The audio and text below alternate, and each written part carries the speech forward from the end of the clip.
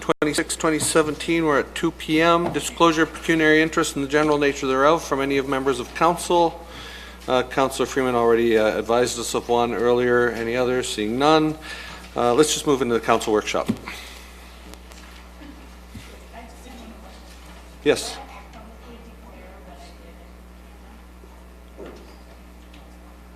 No.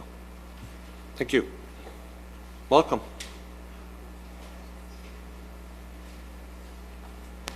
Good afternoon, members of council. We are going to begin our workshop momentarily. I just wanted to quickly introduce Gary Scanlon, director at Watson and Associates, as well as Nancy Neal, the senior project manager. We're working with them on the development charges background study and bylaws. So I will turn it right over to Gary, and he can start our workshop. Good day. It's a pleasure to be before you.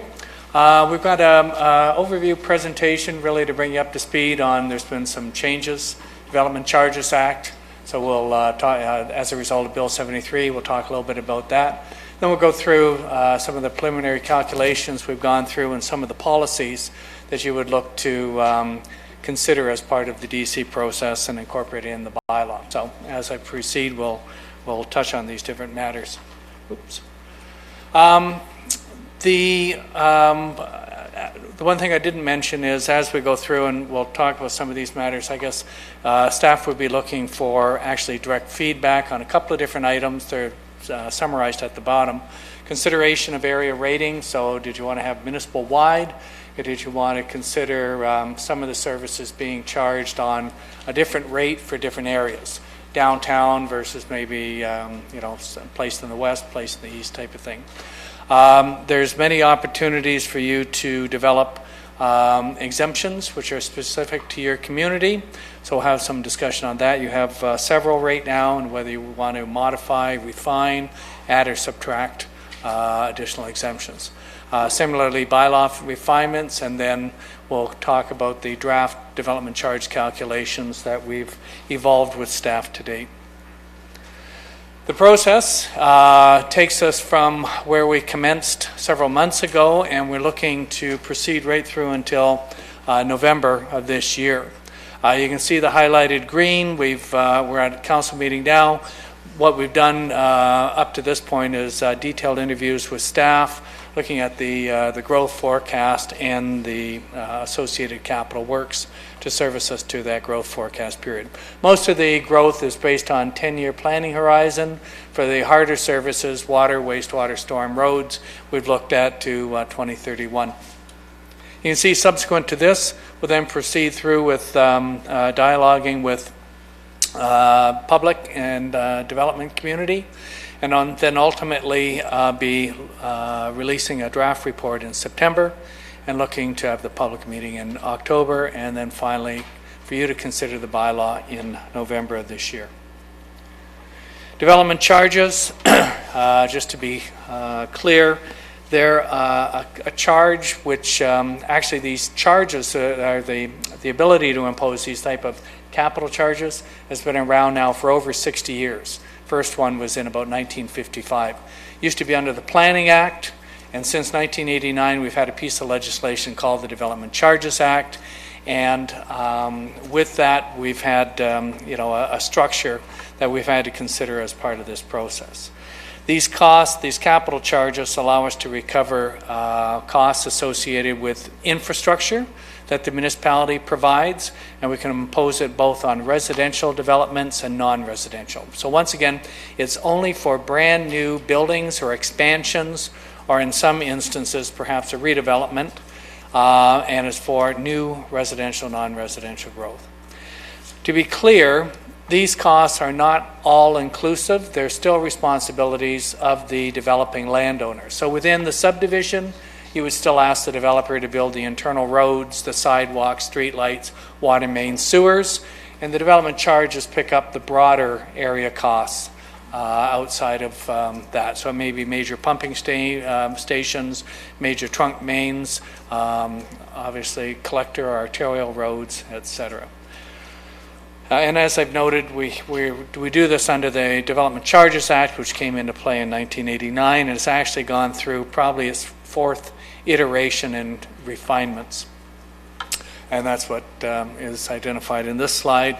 The 1997 Act was a major overhaul to the first Act, and it introduced a number of service limitations, put in mandatory reductions, exemptions, and put in calculations to kind of restrict the level of service that you can impose on the development. So we're working with that. As I say, in Bill 73, there were some further changes, and I'll touch on that in a slide or two. But that further refined. In some instances, it broadened your ability to collect. In other instances, it introduced more restrictions. Just to go through the Act, where I've noted a couple of those different things, you cannot collect for all services. The 1989 Act said whatever service you provide, you can collect for. And then when we moved forward to 1997, they removed headquarters for the general administration of the town, city, region, the municipality. So they've made a refinement there to restrict general headquarters. Now, there's been some dialogue that that's meant to be the totality of this building, but really it's the headquarters for the general administration. So what we remove is council chambers, CAOs, clerks, perhaps legal, and perhaps finance would be removed. We can't DC for those, really the administrative component of the municipality. But then the line departments, we have recreation in here, we have planning, public works. We can still development charge for their particular buildings because sometimes they're located inside a headquarters, but sometimes they're located outside of that. They eliminated all of the arts, cultural, museum, and entertainment facilities. The only one they allowed to continue was actually library. So we can collect for buildings, we can collect for collection materials, but convention centers, any type of cultural, theaters, museums have been removed from being DCable. Tourist facilities, tourism, economic development's been removed as well. Historically, we used to provide for hospital grants. At a minimum, 1/3 of the cost of hospitals is to be recovered locally. And normally, with all the deductible space that has to be funded locally, quite often the hospitals is more like 40-45%. But they removed that, so now we can't use development charges. Even though the expansion is to accommodate more people, we cannot DC for that anymore. And the last one is parkland acquisition. I think the province perceives that the amount of land that you get through parkland dedication under the Planning Act is sufficient. But if you take a look at most municipalities, the number of acres of parkland per capita is far higher than what you can get under the Planning Act. So it puts us into a position of potentially having to purchase lands through other sources such as taxes or some types of rates or fees. Very quickly, high-level summary. The Act is actually pretty complex, but a very simplified steps on how to calculate a charge. We start with the growth, so we identify the amount, type, and location of the growth. As I've noted, most of the growth forecast is limited to a 10-year planning horizon, but the hard services, water, wastewater, storm, roads, as well as police and fire, we can use any planning horizon we want, but those softer services are restricted. From that, we identify the servicing needs to accommodate the growth, and the servicing needs really translate into capital projects. When we have those capital costs, we deduct any grant subsidies, other contributions.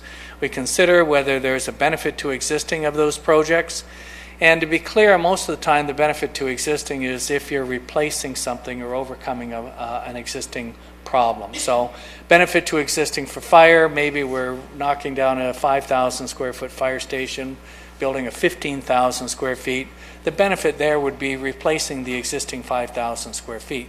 But the rest of the expansion really is what we would include in the DC. And when we're overcoming problems, maybe in certain areas we have problems with flooding, so we've put in stormwater management works. There may be a portion of those works which are benefiting those houses which hopefully now won't be experiencing flooding conditions. For most of those, all of the 10-year services I talked about, so everything except for water, wastewater, storm, road, police, and fire, we get to the end of the calculations and there's a mandatory 10% deduction. So it's just, after every deduction we have, then there's a further 10% reduction. And then the DC reserve funds, you have money sitting in a reserve, we have to rationalize that relative to the calculations. The cost, we then end up with a net cost, which we can recover from growth, but we must split it between a residential benefit and a non-residential benefit. And then from there, we divide it by the growth to come back with the varying charges. So right now, you have charges based on low, medium, high density homes. And then you also have a non-residential charge, which is on a per square meter or per square foot basis. So that's very similar to most of Ontario, a very similar structure to what we see elsewhere. One of the things that we will be evolving part of this process is what's referred to in the Act as local services. They define, or they allow, they introduce the concept within the Act that local services are those costs which will be borne directly by the developer. So for the most part, what's internal to the subdivision, but it also allows us to go outside of the subdivision in certain instances and to recover costs that maybe you need some connectivity. You've built your subdivision, but there's no sidewalks for the kids to get to the main street in order to get to where the school is. So going off-site may allow you to require a developer to, say, build a sidewalk or maybe do some improvements for stormwater management or some different types of examples. So that's something that we can allow for. So there's introduced in the, so sorry if I just stop on that. So what we end up doing with the development community is we have a development charge and then we have a local service policy. So it should be clear that either the developer is paying as a condition of subdivision or they're paying a development charge, and if they're building something they may get a credit back. Bill 73, they introduced a new concept, and the concept is no additional levies. And what they've said is you are not able to impose a condition for extra contributions, whether it be cash or whether it be for the developing landowner to build infrastructure and then dedicate it to you. Now they can do it if it's a local service, it's their responsibility, and we've said these are the things you will do. They're not in the DC. But if we haven't covered it off in the local service policy, there's this automatic concept that it will be something that's embraced by the development charge.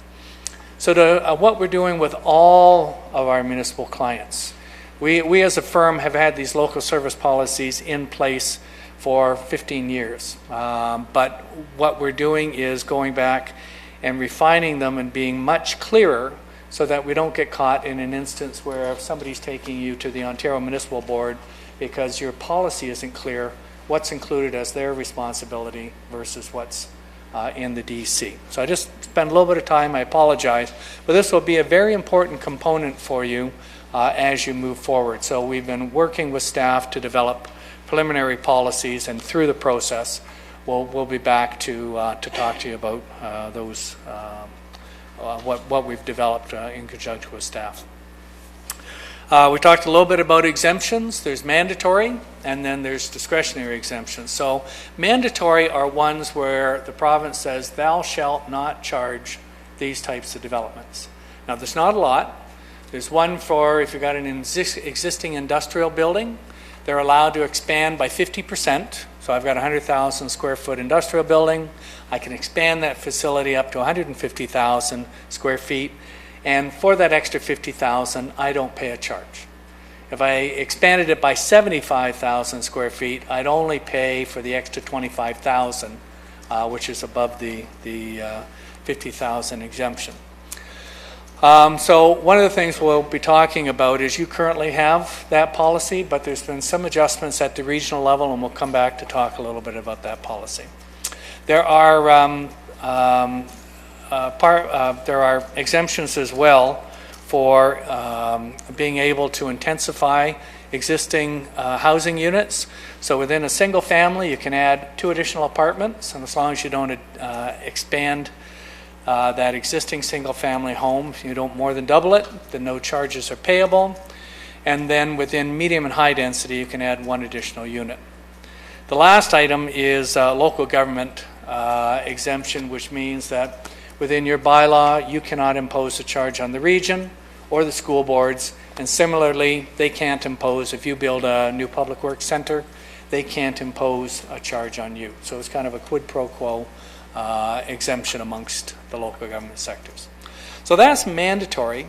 And then the lower part is where you as a council are able to refine the policies to make it a made in Waterloo bylaw. Sometimes there are very minor discretionary exemptions, sometimes they're significant, and it's all at the discretion of the council. In those choices that you have, you can reduce the charge partially or wholly, so completely exempt, or partially reduce it for certain types of developments or certain classes of development. So class or a type may be industrial versus a church. Quite often, probably the ones that we see most often are exemptions for perhaps places of worship or bona fide farms.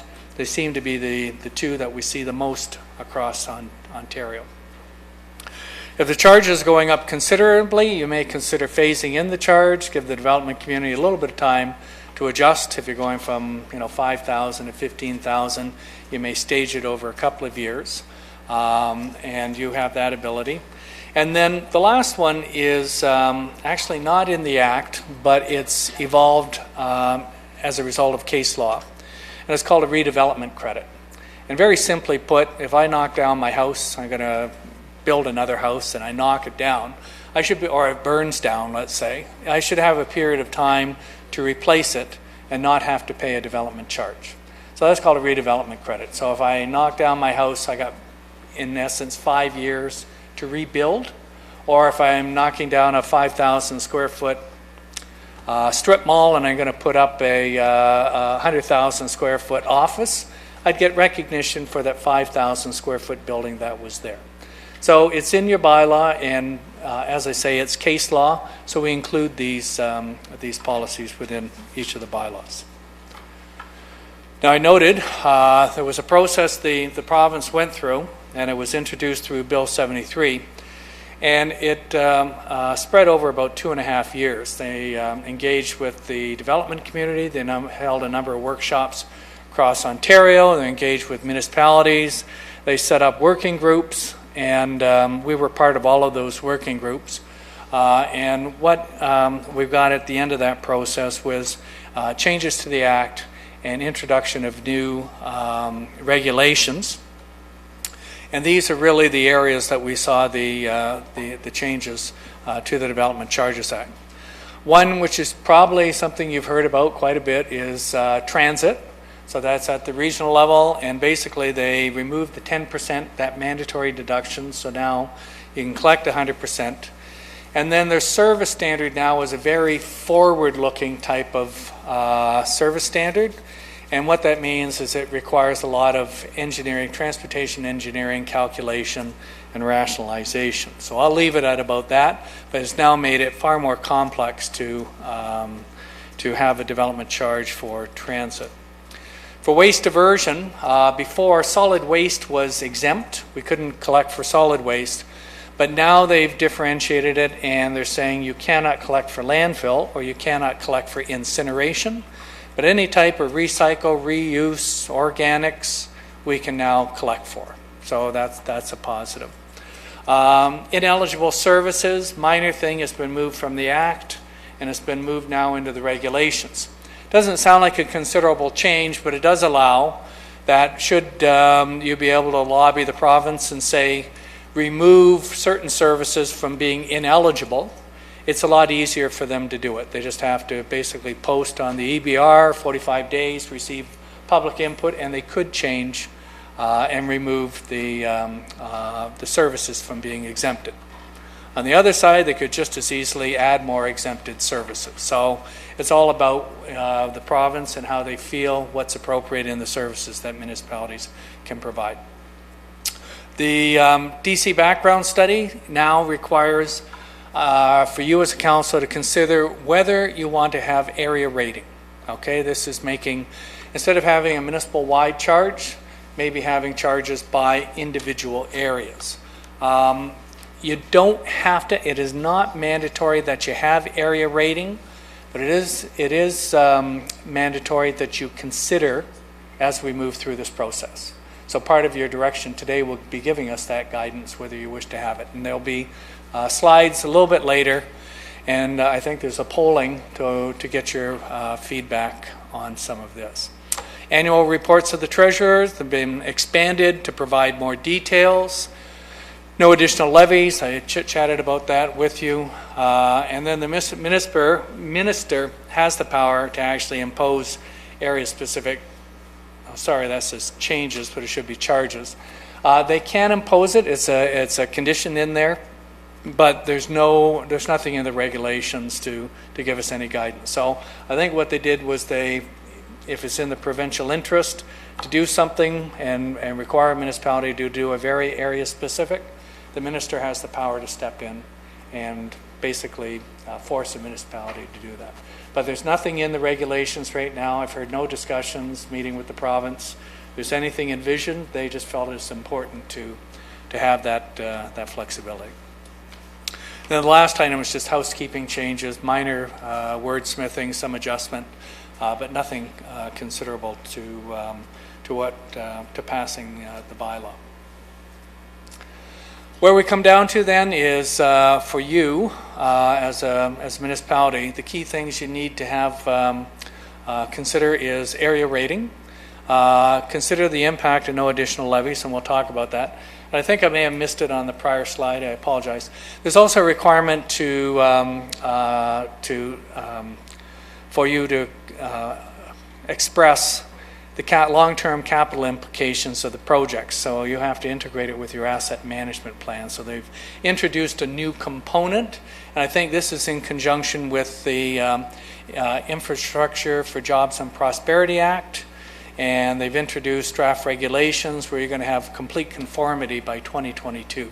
So I'm perceiving that you're requiring in the DC to do this work, so then it dovetails at some point in time with your detailed asset management plan. So this is the first legislative update for this, so they've introduced it here to be consistent with future legislation. So if there's no questions, what I'll do is this is the first area that there'll be polling, and I think there's been you've polled before on how to do that. So I'll go through a couple of slides, give you some background on area rating. And we do have questions. Pardon me? And we do have questions. You will have questions. I'm more than happy to answer them. Okay, Councillor Whaley's up first. Councillor V. Well, I appreciate your simplification of a very detailed and complicated stuff that you're dealing with. And one thing I don't understand is this DC charges for greenfield developments should be fairly easy. There's no sidewalks, there's no roads, there's no sewers, and you know that they're all going in. That's probably easy to calculate. But Waterloo's growth in the future is in built-up areas where sidewalks and roads and sewers are already in place. So I don't have quite an understanding about how you factor in built-up areas versus greenfield in terms of DCs. It's a very good question. That's where you could have area-specific charges. There could be differences there. What we find, though, is, and I'll go through the details, but sometimes you'd be surprised that having to go in, if you're going to have, maybe you've got an area that's got, single-family homes, and the lot sizes are 50 by 150. So these are the 1950 size lots, nice size lots compared to size of lots that are quite often out there today. You knock down 3 homes, or let's say they knock down 30 homes and then put up 1,000 apartment units. The amount of water or the amount of sewer that's used is considerably different. And the cost to replace just a water main can be 3 to 4 times the cost of a greenfield. So sometimes you're not getting as many pipes and projects, but the cost, because you've got to crack open your roads and now pull out the pipe, replace it, and then reinstate the road, can be very, very costly. So that's something that we can consider is the cost differential by those areas. Some of the areas I've done, it's cheaper. Some of the areas that I've done, far more expensive to do area rating. So. The other question I have is it seems to me that a lot of this whole foundational work is based on a guess. And that guess is guessing what the population growth will be. So who's making these wild guesses, and how, I mean, we need to get this as right as possible, but how can you predict 10 years out we could have another BlackBerry come here, and we expect we will. We could have a downturn in the economy. We don't know that. How do you get this right or really wrong? Economists have two hands, and on the one hand and on the other hand, so that it's somewhere in between. But with all of it, obviously, we're undertaking where we can as much detailed study as possible. Starting with the planning, you have an official plan that establishes different types of designations for different areas. We have the ability, as we talk with planning, to see what developments are approved but not yet built. So that categorizes, and normally with what's been approved, you'll normally see maybe a 3 to 5 year period before you get predominant build out of those approvals. Then we have applications that are received, so people are making applications, and we're having a good understanding of how they're refining the developments within those particular areas. And then those can normally give you a good handle on your 5 to say 7 year growth, especially on the residential area. And then once we get past that, it's taking a look at the designation. How much have you designated through the official plan that can be brought online? And economic development, planning staff, they're out talking with the community on a regular basis, so you start to get some insight. So they're out receiving information that would help us. Once we go from there, we're getting a good understanding of where, and based on historic trends and other factors, we're trying to establish how much over the next 10 years. Sometimes with the province, it's a little bit aspirational. If the province says you must plan for this amount of population by 2041, then to stay in conformity with the Act, if we go out to 2041 with the provincial policy statement, then it could be aspirational, but we're targeting a provincial directive. Then from there, we're now getting down into servicing, and you do water master plans, sewer master plans, we do parks and recreation. So all of the studies that you approve to help the service providers, the individual departments, move towards this, that feeds our study. So is it always perfect? No. But we have a lot of informed information through just the regular processes and staff engaging with not only the development community, but the existing people, understand service levels, etc. Councillor Reith, please. Through you, Mayor Jaworski, can you give me some examples of an area? So you're talking about area ratings. Is that, anyway, just I need to know what you mean by area. I know I'm familiar with Uptown, but okay. That's about all. To some extent, it could be however you'd like to define it. You could do, Kitchener, for example, does central neighborhoods, so really the existing built boundary type of thing. And so they have neighborhoods within that they've defined, including the downtown, and they've exempted the downtown. Now, their neighborhoods, the downtown crosses actually more than 2 neighborhoods, so it kind of dispersed. But they've said, okay, we're going to do central neighborhoods, and then we're going to do greenfields, the broader, what they've called suburban. So it's really up to you, and to some extent, if we're looking at water and wastewater, it could be subcategorized by zones. If we're looking at where these different areas are in development process, we could be categorizing it geographically. So that's something that we either deal with staff. You obviously have perspectives on how you think, the breakdown might be most equitably calculated. So there's no definitive rules on how you define those areas. Any further questions from council? Seeing none, back to you. Thank you. So we're going to chit-chat a bit about area rating, because this is obviously one of the areas that you must consider. And having this earlier feedback certainly helps us to progress through this process and calculate the charges. So the Act, as I've noted, it requires you to examine the use of area rating, but it is not mandatory that you have area rating. So that's the first starting point. There's no prescribed services that must be considered, but I would say that when we get into it, water, wastewater, and storm are probably easy to calculate, or easier to calculate. When we get into the softer services, it becomes horrendously difficult. Even I remember when I lived in Burlington many years ago, and I was a swimmer. I would swim at each of the 5 different pools, municipal pools, depending on the night that they had the public swimming.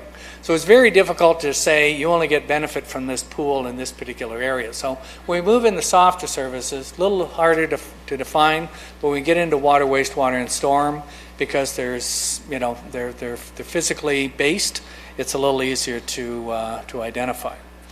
So on the municipal wide, the charges that you collect for individual services can be spent anywhere within the municipality without restriction. So you're able to, depending on prioritization, where the development applications are coming, or where you're an area that you want to induce development, you can take the money from this pool of money and you can build the services specifically where you wish to go. So there's no restrictions on how you prioritize the service construction. A wider area collection provides you a larger pool of funds, and basically it will ultimately reduce the amount of debt that you have to issue. If you have many different little pockets, then the expenditure and the recovery are specific to that little pocketed area. And for water and wastewater, you're always building in advance. You have to put the services in before you actually get the development. So it would activate the need for far more debt. And if you go with only 2 or 3 versus a place like Markham has something over 20 area-specific charges. So they're into all of these specialized deals and issuance of debt, very complex. You generally have fewer appeals if you have a municipal-wide bylaw. Once you get into more and more area-specific, there's much more questions. It's just more difficult to avoid appeals because now you're coming very specific to one individual. And probably the best example is, I'm in this area and you're going to charge me $20,000, and I'm 1 block away from this other area and they're going to pay $5,000. That's unfair. So normally the ones that have the lower charges are the ones that are happiest. The ones with the higher charges, I don't know why, but they're probably less happy. So it's one of the things which just tends to activate more appeals. And then, as I say, the last point, the perceived inequity, just because the variation in the charges from one area to the next. Defining, so on the area-specific side, when you define these areas, then you're localizing the assets to those particular areas. It's a positive thing. People can see specifically which is being spent in their areas, but as we progress through, it may cause higher or lower charges, and the benefits may be a little less easy to identify. It may cause delays. You're now into funding, and if you have to issue a lot of debt, and for those municipalities that are approaching their debt capacity, it can be quite an inhibitor for them to build and issue the debt. So now you get into having to negotiate cost-sharing agreements or front-ending arrangements with the developers. Area-specific DCs may encourage more in the built-up areas because, with the charges, the more increased density, the incremental infrastructure isn't as much, so you may end up with lower charges in certain areas. It's not always the case, but depending on particular areas, quite often you can see differences in those charges. There's a lot more administration. When the treasurer has to do the statement, they do right now a statement for all of your reserves. If the more reserves that you do, we now have all these different areas for water and wastewater and storm and roads, it activates far more reporting. You've got to do a source and app statement for each of those different individual reserves. Increase the complexity of differing the charge. I mean, getting into the calculations can be far more difficult, and as I say, there's more increased debenture financing. The ones that are easiest, I'll just step through. I've already talked about it. Water, wastewater, and storm are probably the easiest. For all the rest of the services, which is the slide here, part of the calculations, we have to do this historic service standard calculation. Basically, what the access of what you charge in the future can be no higher than this past 10-year level of service. And there's a forced, really mathematical calculation we have to do by service. And I'll leave it at that. What happens is you're limited. If we go municipal wide, you can collect the money from all developments across the city. Once you go area specific for these softer services, you're limited to the amount of revenue you can collect. And it really comes down to that calculated amount that I talked about times the amount of growth in the area, and that puts a ceiling on the charge. And what ends up is you're not collecting as much, and you as a municipality will be funding far more of the projects out of property tax dollars or out of water and sewer rates than if you're doing it on a municipal-wide, on a municipal-wide basis. Area specific, as I say, it's easier to do. We can identify the benefits specifically. We know where water flows. We know where the sewage is coming from. We know where the storm water migrates. So those type of things, we can isolate a boundary around those servicing areas and calculate the charge fairly easily.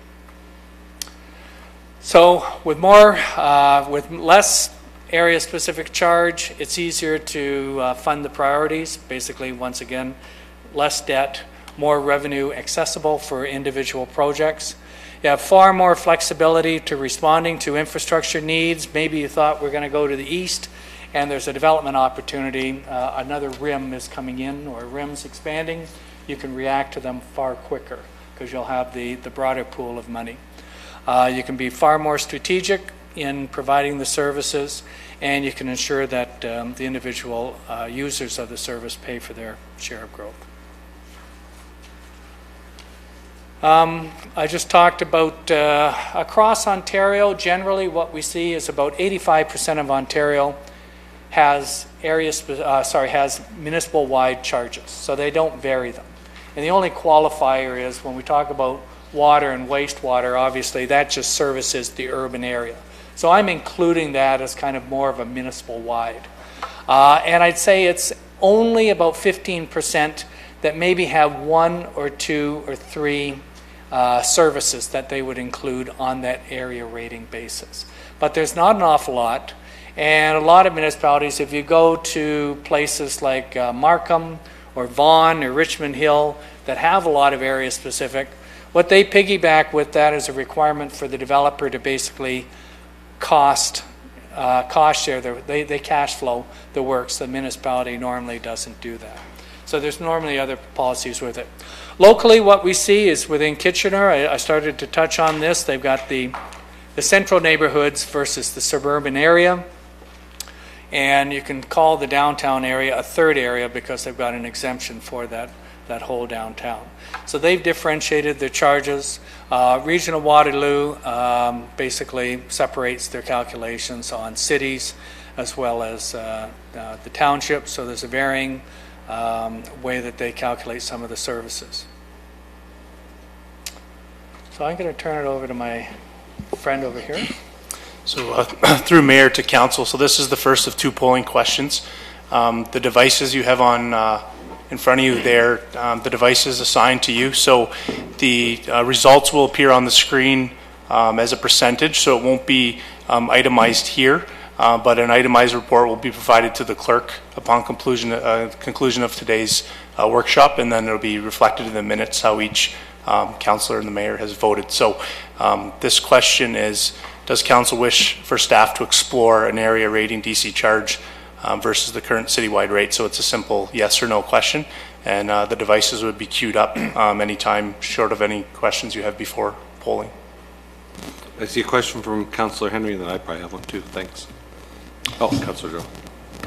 Thank you, Mayor, and thank you, Gary, and obviously the broad staff team that's supporting the project. Well, one question I had before we get to this particular question, you mentioned appeals in relation to them being more likely as you get more areas for all the reasons that you specified, and those get adjudicated at the board.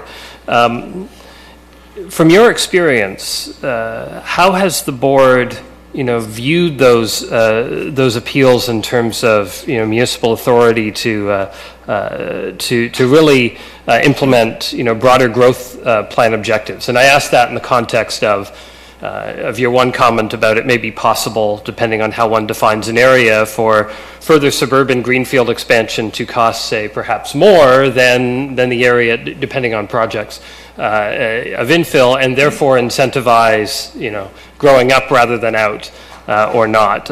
So I ask, in terms of how the board has typically adjudicated these, is those broader planning objectives something that that they give municipal deference to when settling those? The municipality gives you the power to decide whether you want to go with a municipal wide or you want area rating, because the Act clearly allows you, and even before we had the Bill 73 adjustment, you had the choice of doing it. All they've done right now is made it a mandatory decision that you turn your minds to it, which means that's what we're doing now. And during this process, we'll seek to ensure that you've got a council resolution that says that you either want one or the other. So, but at the board, they've always respected the municipality on what your choice is. Okay, Councillor Darrell. Just a couple of questions, and they might actually involve staff as well, but I just want to be clear, did we actually have an area rating for Northdale? Is that what we did in the development charges? Is that what we had there? A special area rating? Through your mayor to Councillor Darrell, no, there's currently no area ratings for the DC. Northdale was specific through the official plan, I believe, and there's a Northdale Community Improvement Plan, so outside of the Development Charges Act. So currently the development charges currently are municipal-wide, city-wide, no distinguishing between Northdale. So what is it different than, because the development charges that were charged within Northdale stay in Northdale? That's a different thing all on its own? No, through you, Mayor Dorsey, that's not through development charges. Yeah, so with the Parkland Dedication Reserve, that's a different aspect of the Planning Act, a different section. So there's some similarities there, but not for development charges. Okay, sorry, flipping my stuff around. So the other question I had was, and this might be more for economic development, but you mentioned Kitchener and how they had 3 separate area ratings within their community. And from your presentation, it sounds to me that, like many, it's obviously easier for our staff to go with one full city-wide. And so I guess what I'm wondering, Kitchener obviously did it for a reason. The numbers that we've seen in the past it's been very successful, at least in their downtown core. So I'm wondering, just for that economic development side, while I'm assuming it's making a bit difficult in our finance department, why would it be a good idea within economic development? Leading question.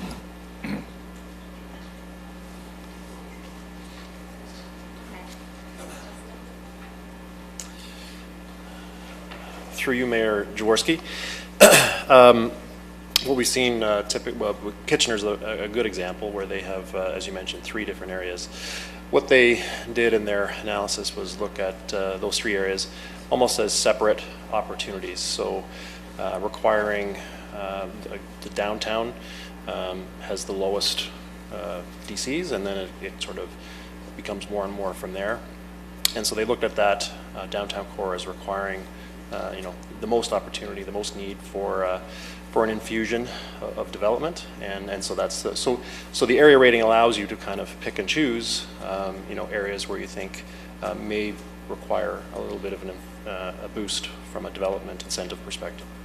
If I can follow up, just because they are next door neighbors, has it been successful the way they've done it? And if somebody is a block away from the other one, have they seen any issues? Or do you know, I know you're Waterloo, but... Yeah. So I'm not aware of any specific concerns that have been expressed by developers or landowners in the area, but it is potentially a concern, especially because you're going to draw a line in the sand where there's going to be a different rate, and then a few yards away there's going to be another rate. So it is one issue that would be of concern, but it would be part of the analysis to determine if that makes sense for the city of Waterloo. Okay. This is really important for economic development and the growth of our city. So is it appropriate for me to ask the Director of Economic Development his thoughts on this polling question, or is that, He's or not do you want to counselor, dive into that? Well, I think provide information for us to make a decision. Sure. At this stage, you're really just voting on whether or not to take a look at it. So I think from an economic development perspective, I would certainly appreciate that analysis as we go forward. So I have questions, and I see Councilor Henry has one, but area rating versus exemption.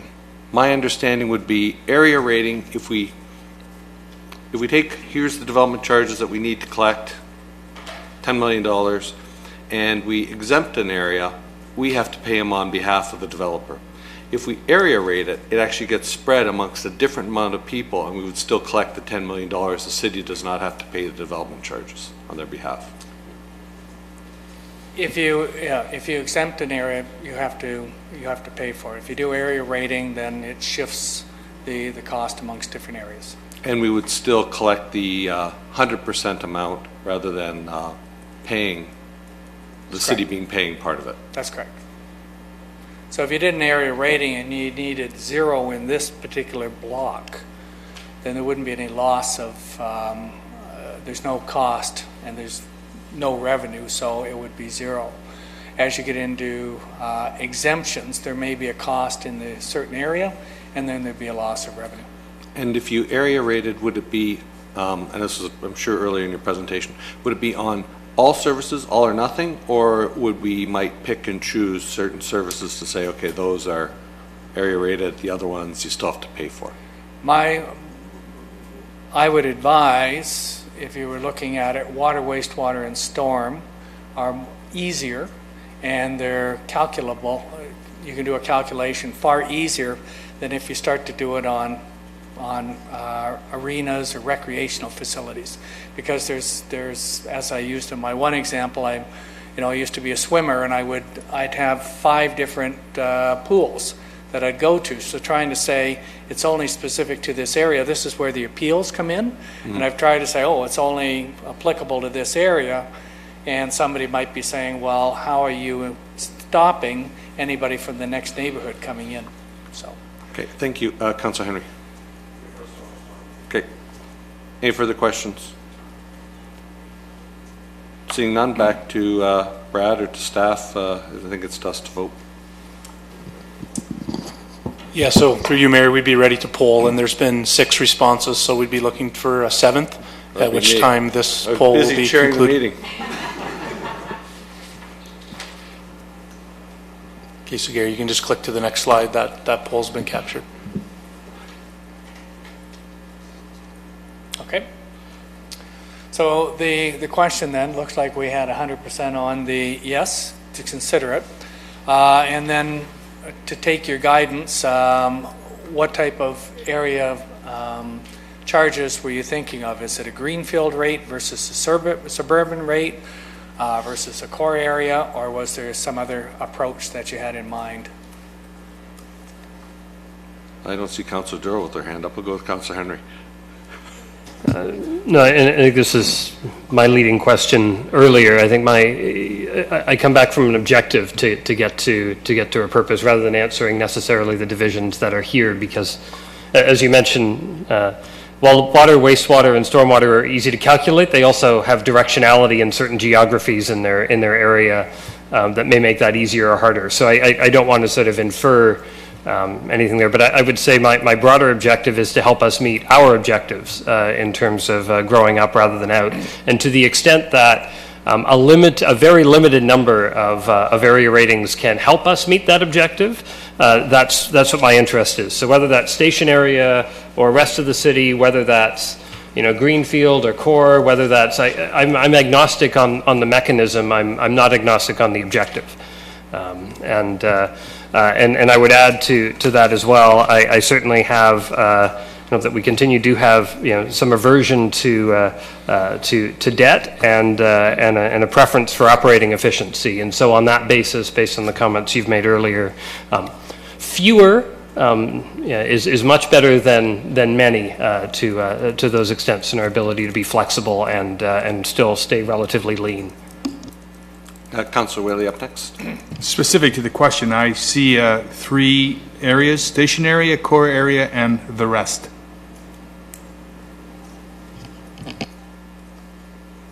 When we, I would concur with that. What I would, on the area rating, does it have to be all or nothing or not?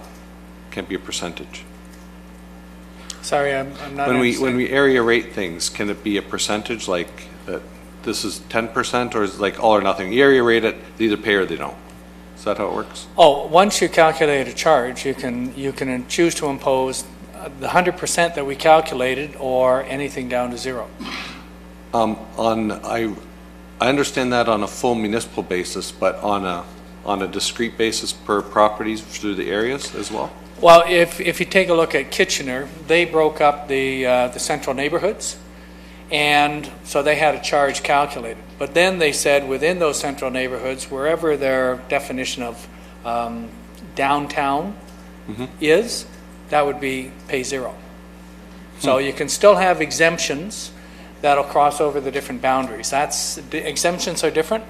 There's the calculation by area, and then you choose to collect 0 or 100% or somewhere in between. For the whole area. Okay, thanks. Councillor. But still within that, the charge has to be paid. So if you were to collect 50%, then the city's basically paying the other 50%. So you still have to collect 100% within the area, right? Does that, I just want to make sure that.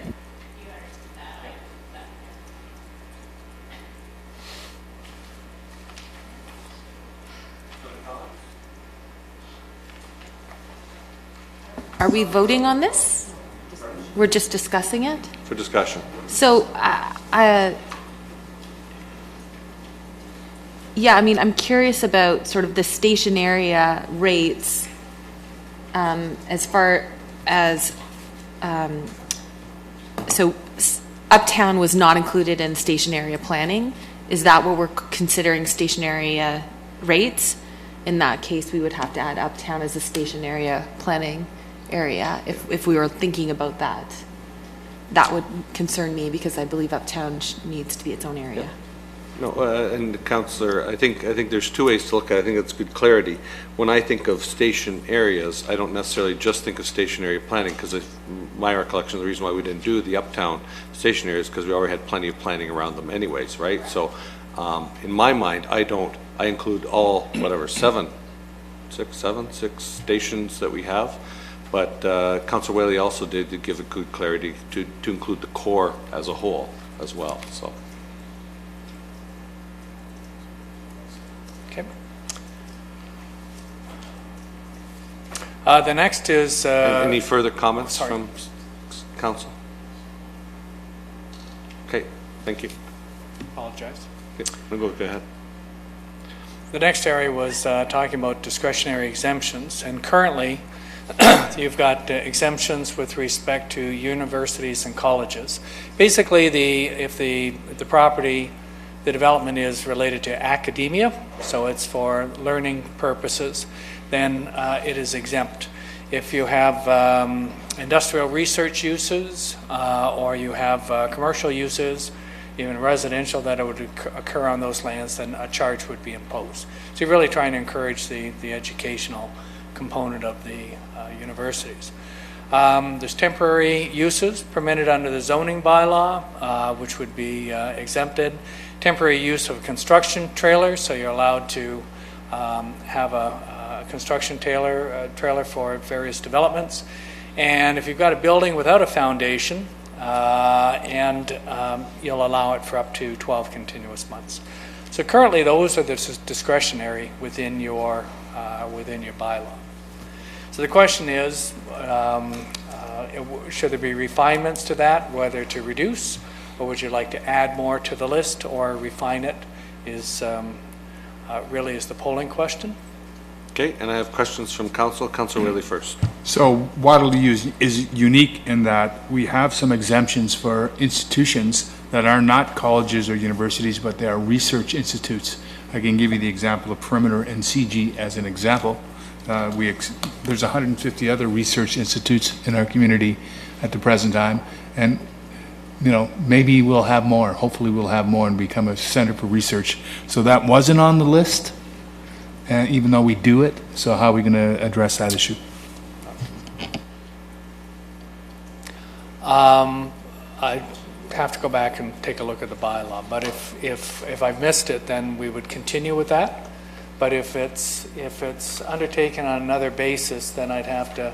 Sometimes some municipalities don't exempt through the bylaw, but they provide a revenue contribution, a grant. For example, Niagara does industrial grants, but they have the DC in their bylaw. So I'm not quite sure if I've missed something. I'm going to go to Mr. Rapp. Seems to be interested in this topic. Through sorry. Mayor. Oh, sorry, Cam. Go ahead. Okay. We were just talking aside here that typically those requests come forward on a one-off basis, but not as part of the actual discretionary exemption within our bylaw. So if that was something that council wanted to consider as part of our discretionary exemption, we could certainly look at that. And as discussed before, we would need to ensure that we have the funds available to pay ourselves back for that development credit or grant.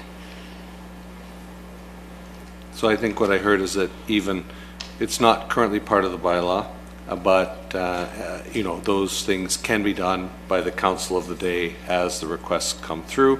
And at that point, we would look at and understand the funding, much like we've done for the affordable housing recently. Correct? Correct. And or you could identify it as a discretionary exemption as part of our bylaw. And then at that point in time, we would need to determine how we would fund those items sustainably going forward. So again, back to Councillor Freeman's point, it's still 100%.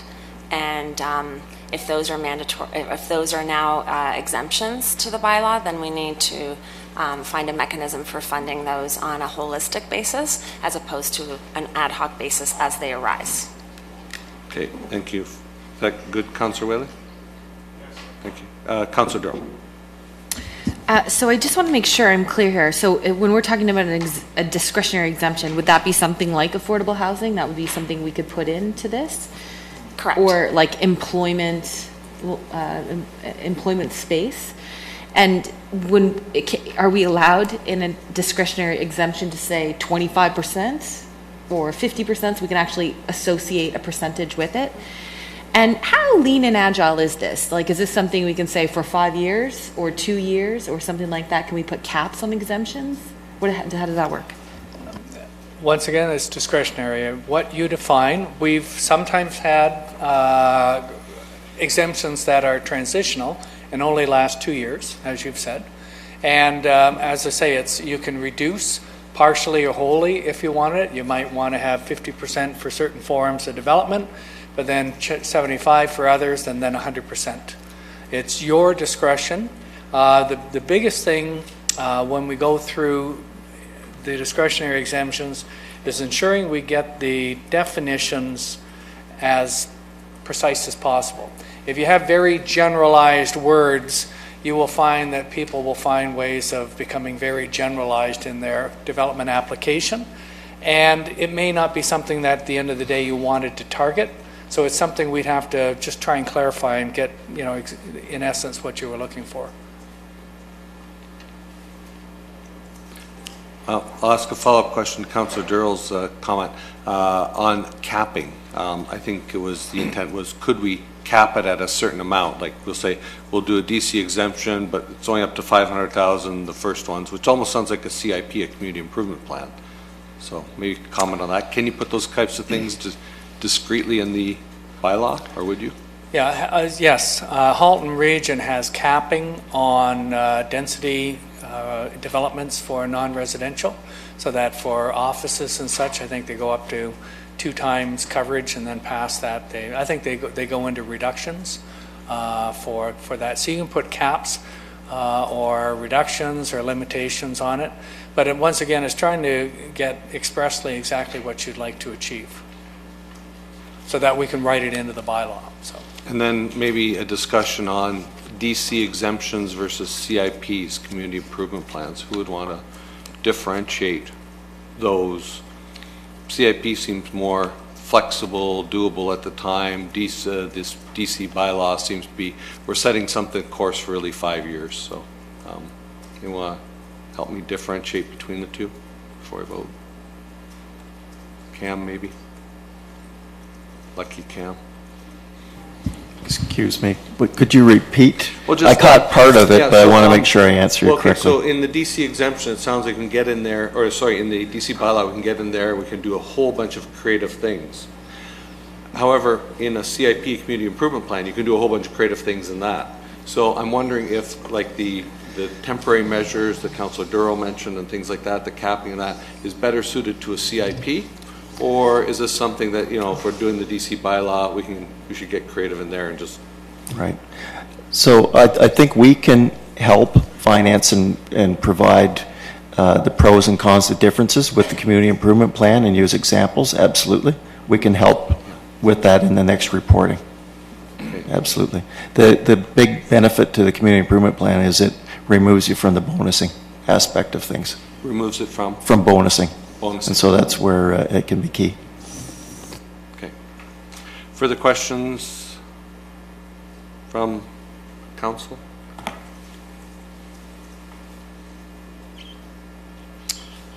The results, 77, 50. Oh, we're still voting, sorry. So on this question, there's 5 responses, so we're still waiting for now we have 7. So if everyone is comfortable, we can close this one with the 7 responses. So the response is 57% yes and 43% no with respect to having some exemptions. And I think we had an exchange. Are those the particular areas that we're looking for? Anything further? Yeah. Anything further? Councillor Durrell. Oh, sorry, there's anybody over here too. Councillor Durrell, please. I guess for staff, something I would be curious about are what other communities are doing and where they're seeing success in those exemptions. So, obviously through our strategic plan, we're pretty clear on where we want to go, the direction we're heading. Are there exemptions that other communities have tried and have been successful? That to me would be, I'd rather do something I know is going to work. Councillor Freeman. I saw Councillor Whaley's hand up. But Oh, sorry. Sorry. Well, it's just, all I was going to say, and I'm happy to disclose that I said no to that last question, and the reason is because I really like having a council conversation about the exemption as opposed to it being holistic. So when I look at what would you want to change, add, or remove, like affordable housing is the first thing that comes to mind for me, in all honesty. And I think this council's been pretty strategic in terms of saying that, we want to extend that to not-for-profits primarily. And so I worry that if we make it a blanket exception, would we retain that ability? I don't think we'd retain the ability to say no, for example. So that was the only thing that I thought about. And then the other things that we would consider exempting, like, for example, when we had the conversation about the Uptown and whether or not we went back to zero exception, then we can always bring it back to this council to put in a specific one like that. I mean, we didn't pass that, but we had a fulsome conversation around that piece. So, because really for me, I don't know what's going to happen with the station areas, and it may very well be that this council decides that some of those station areas are real priorities for us, that we want to then make an exception for those station areas, but we might not know that at this time. And so I don't know, like, so maybe if when this comes back, it will be helpful to get a sense of what's the process for us if we want to go back and say, you know, we really want to spur growth in whatever this station area. So how long would it take for us to reconsider an exception on that kind of thing? Because I don't know, like that's just what comes to mind for me. Councillor Durrell? Or hold on, I had Whaley and Councillor Durrell. Well, you've taken most of the words out of my mouth, but not all. I agree that one of the great hopes for the future of the city in terms of community building is around our station areas, and we're hopeful that they're going to be remarkable successes. That's going to be a game changer for us. But if they aren't, and they require that little extra push to make them great, we're going to have this tool, so that's why I voted to keep our options open. Okay, Councillor Durrell, Councillor Henry. Councillor Henry, go ahead.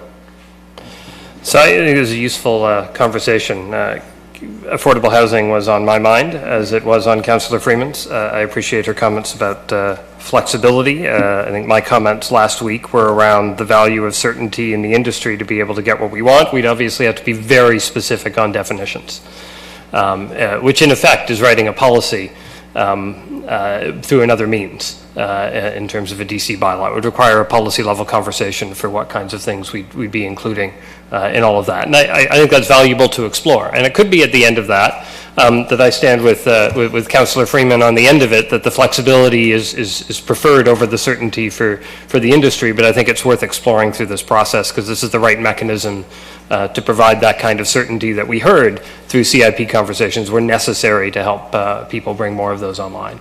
But I would be remiss if we just left it to the OP version of affordable housing. I think we'd need to tie that down more to how the region actually funds some of those. So it would need to be affordable housing rather than just affordable housing, just because our terms are not confusing enough. We need to fix that.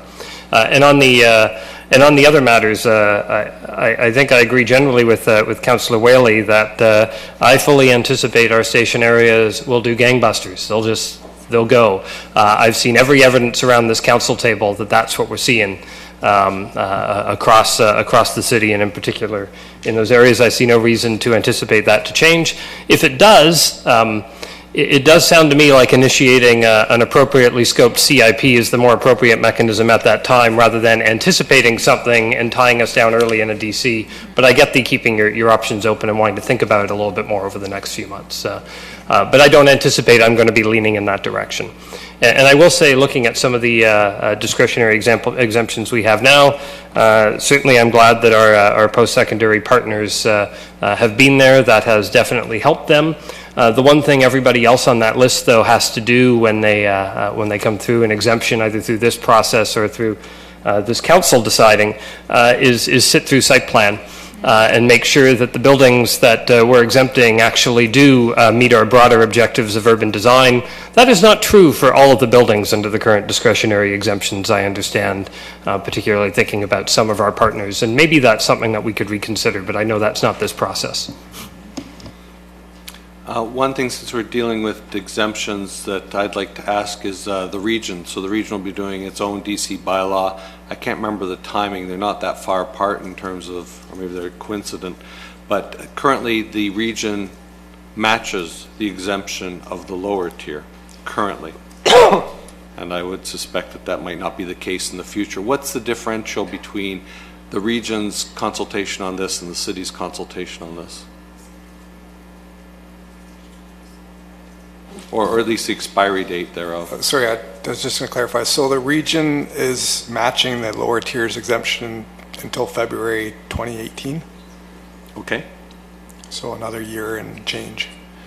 And then the region's bylaw will expire in the summer of 2018, in which they'd be redoing theirs as well, provided it's not open sooner. So theirs will be redone in the coming months, just as ours is, and we will have insight into what the region, which are the vast majority of development charges for a developer, correct?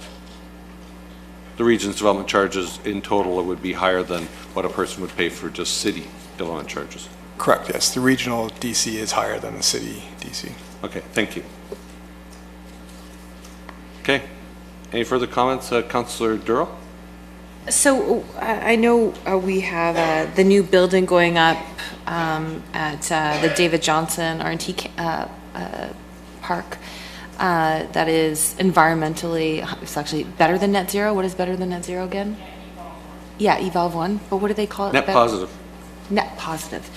And so I'm wondering if it's a grant or if it's an exemption to try to, and maybe it's not 100%, but it's something along those lines, to try to get our landowners and developers to be thinking more about building things that are more climate change friendly. So I think you're thinking of maybe even LEED certification, so like LEED Platinum is I think what that but that's debatable building's going too. for. But yeah, I don't know. I mean, I wonder if other communities have done that to try to get.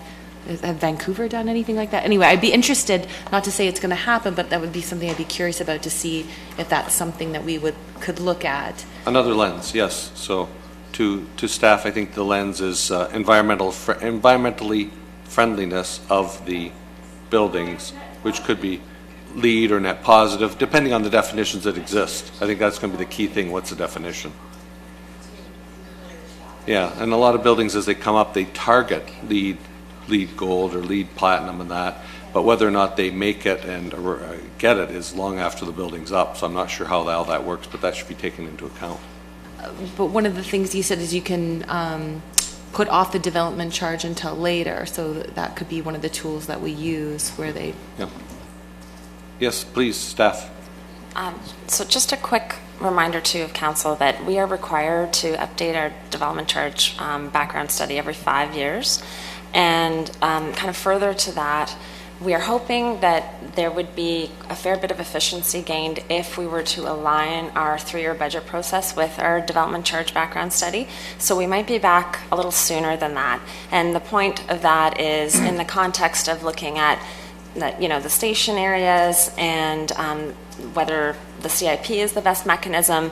There might be some flexibility there for council from a timing perspective that in a couple of years we'll be back again to discuss, and by then we'll have a better understanding of what that looks like. So just to give you some comfort there as well in terms of your decision making, that there will be another kick at the can sooner than later on that front. And Mike would also like to add something quickly. Just a point of clarification, the region's matching exemptions is to February 2019. I misspoken before. I said 2018, but it's to 2019, and their bylaw expires in the summer of 2019. Okay, so thank you. If we be looking to update ours, probably around that same time frame, based on what we just talked about. Okay, so for clarity, the region's expires February 2019. The city's expires when? Sorry, the region's bylaw expires in the summer of 2019. Summer 2019. The core area exemption matching expires February 28, 2019, and they've indicated they're not going to extend that. Yeah, when does our bylaw expire? Our bylaw expires December 31st, 2017 this year. 2017. Okay, thank you.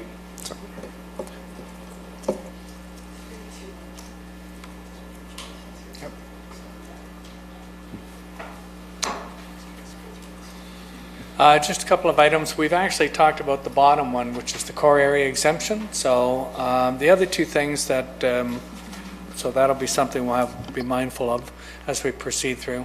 There's just a couple of other things that we had identified with multiples housing. You've got singles and semi-detached, and the multiples are really townhouses or anything that's in between apartments and singles.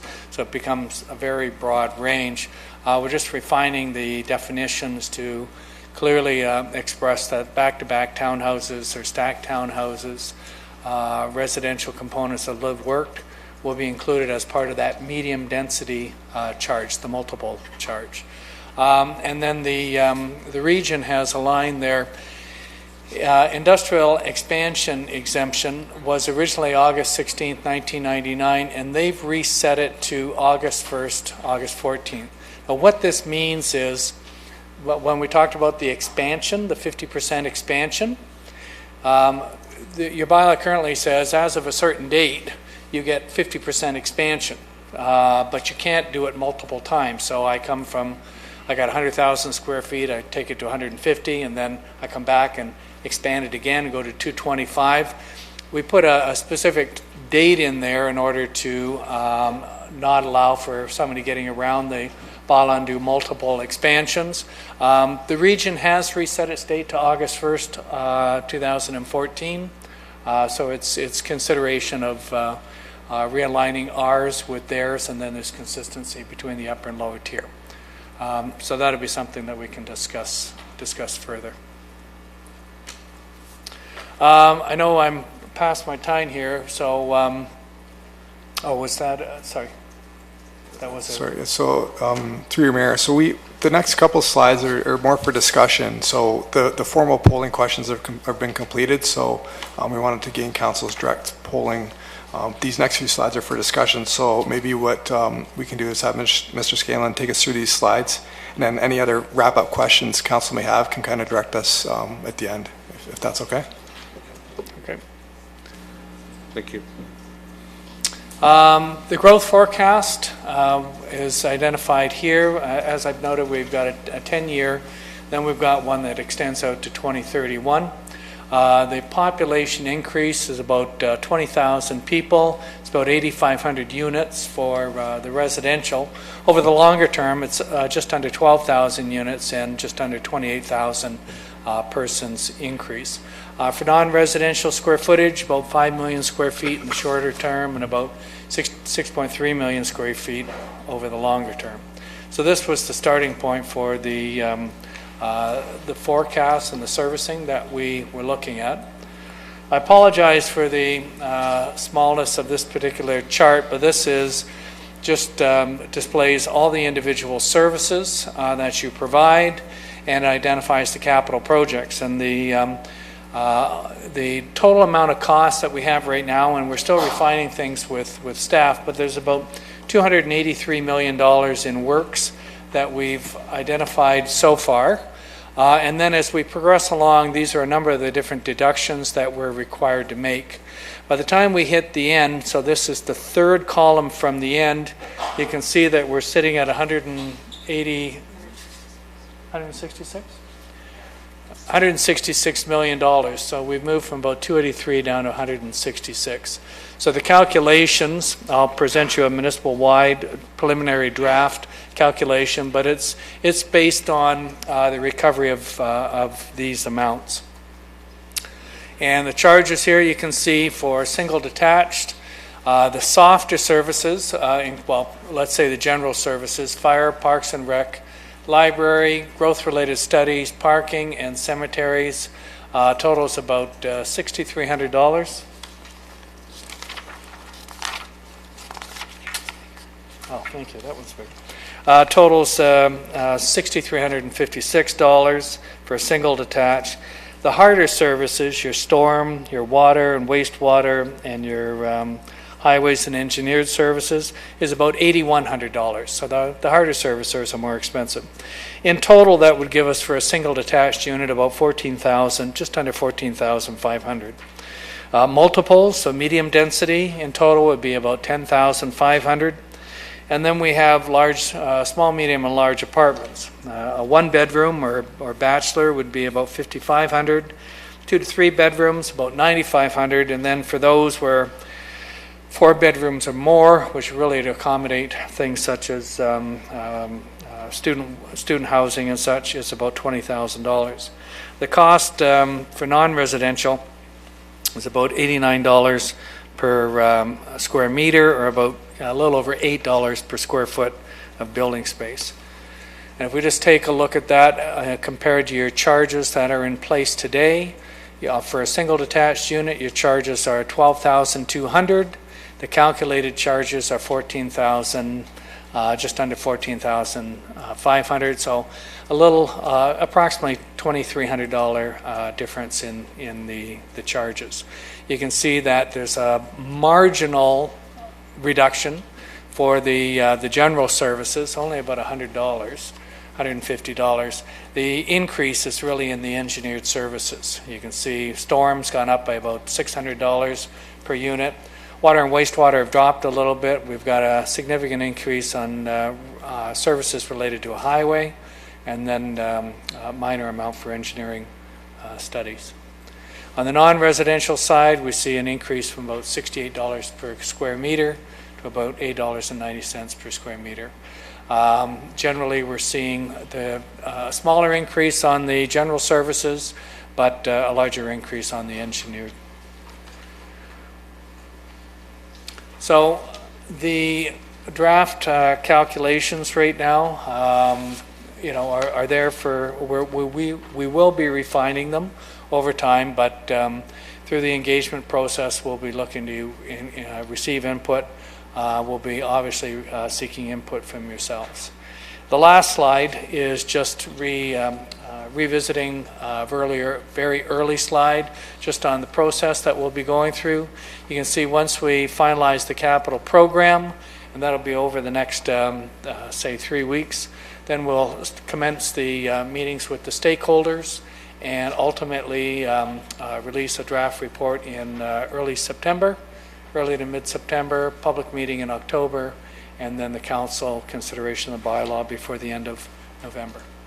So, Mr. Mayor, that completes my presentation. Once again, I'm happy to answer any further questions. Thank you very much, Gary. Questions for the team here? I see none. Could we go back? Councillor Durrell, I see one. Thank you, Mayor Jaworski. Could we go back to the draft numbers there? Okay. Oh, This one, or sorry, the comparative? yeah, Yes. thank you. So, as you said, the biggest change that we're seeing in the draft for both residential and non-residential is in the engineered services. That's correct.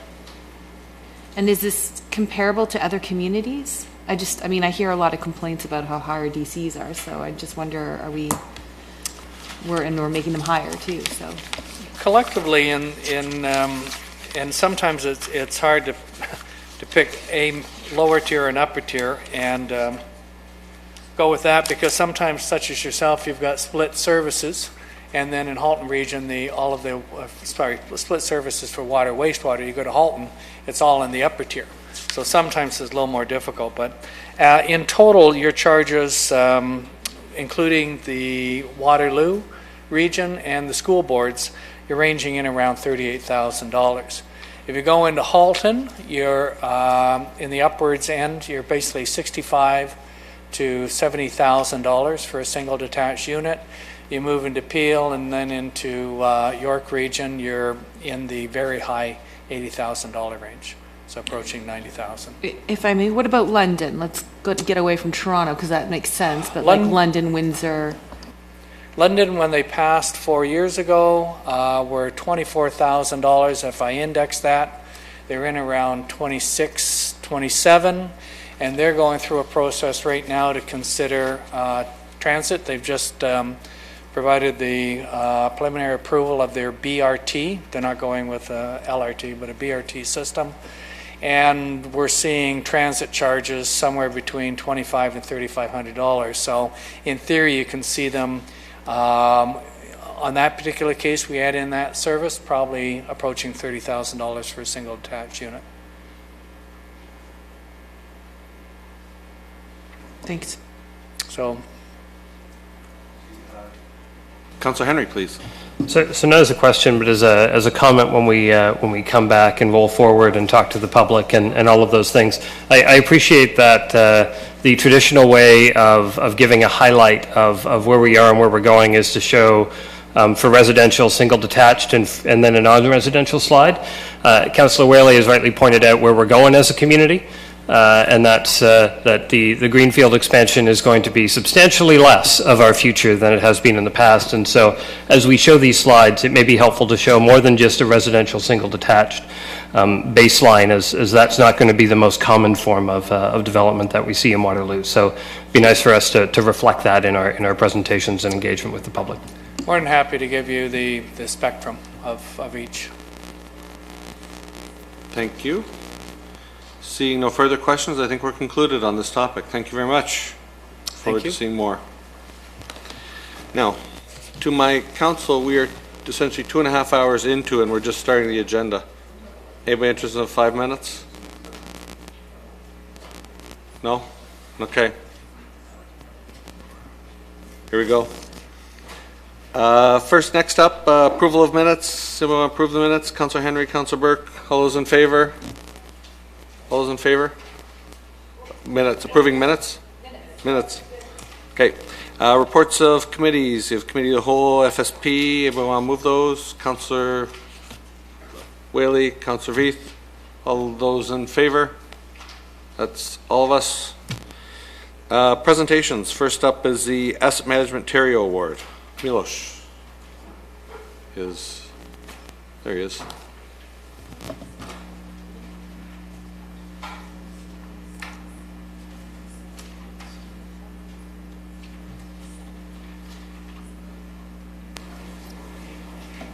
Through you, Mayor, members of council, senior management, residents, Milos and I are here today to discuss the Terrio Asset Management Award. As you may know, early research conducted by staff in 2013 recognized that the City of Waterloo was behind many other municipalities with respect to formal asset management planning. To address this gap, Council directed staff through the 2014 budget confirmation process to initiate the city's very first comprehensive asset management plan. Over the course of 2 years, many staff from commissioners, directors, managers, subject matter experts, Councillor Henry, and our consultant GM Blue Plan dedicated many hours to formulating a new comprehensive asset management analytical system, one that has predictive capabilities, something that to our knowledge doesn't exist elsewhere. We'd like to take this opportunity to thank everyone involved in the project. The success we achieved can be attributed to their knowledge, skills, experience, and willingness to collaborate in pushing existing asset management boundaries. After completing the system, the city submitted a description of the process and the ultimate final product to the Canadian Network of Asset Managers. And in May of this year, the Canadian Network of Asset Managers awarded the City of Waterloo with their Terrio Award. The word Terrio comes from the Greek lexicon meaning to attend carefully, take care of. This is very appropriate when discussing the maintenance of our assets. To quote the Canadian Network of Asset Managers, the CNAM Terrio Asset Management Award recognizes excellence in developing and implementing asset management approaches and significant improvements in business performance through the use of asset management tools and techniques or approaches. The Terrio Award is presented annually during the gala at the CNAM conference. So it's our great honor to call on the Mayor and Councillor Henry, who was a member of the steering committee, to formally receive the award on behalf of all those involved and the City of Waterloo.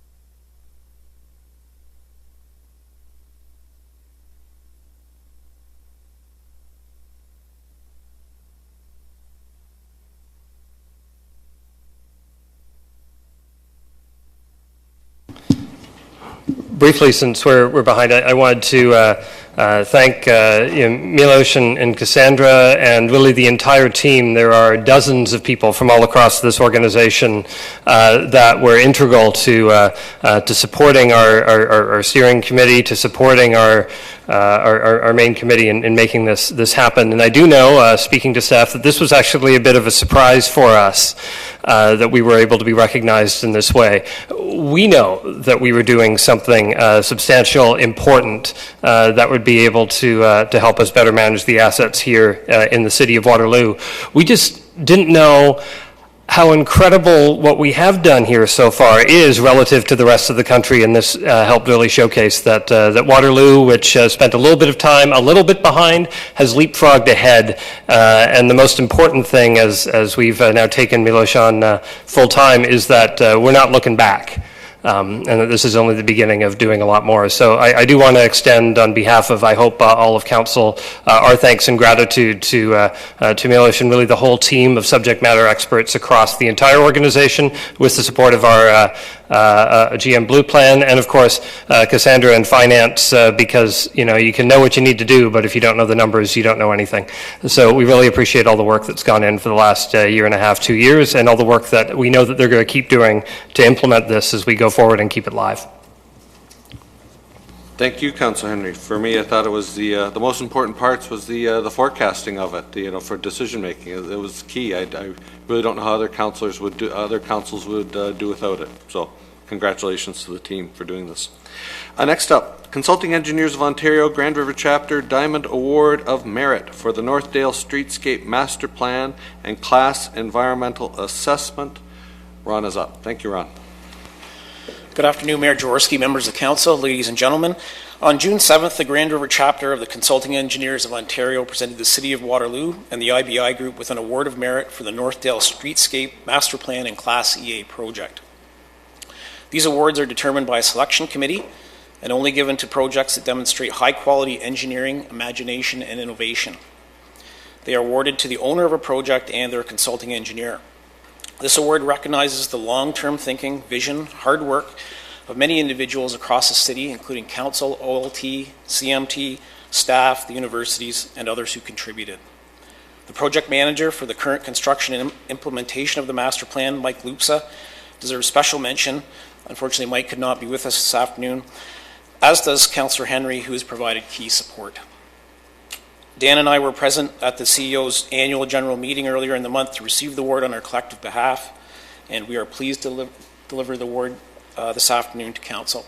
Mayor Jaworski, if I could call on you and Councillor Henry to receive the award on behalf of the City of Waterloo and all of those who contributed to the project.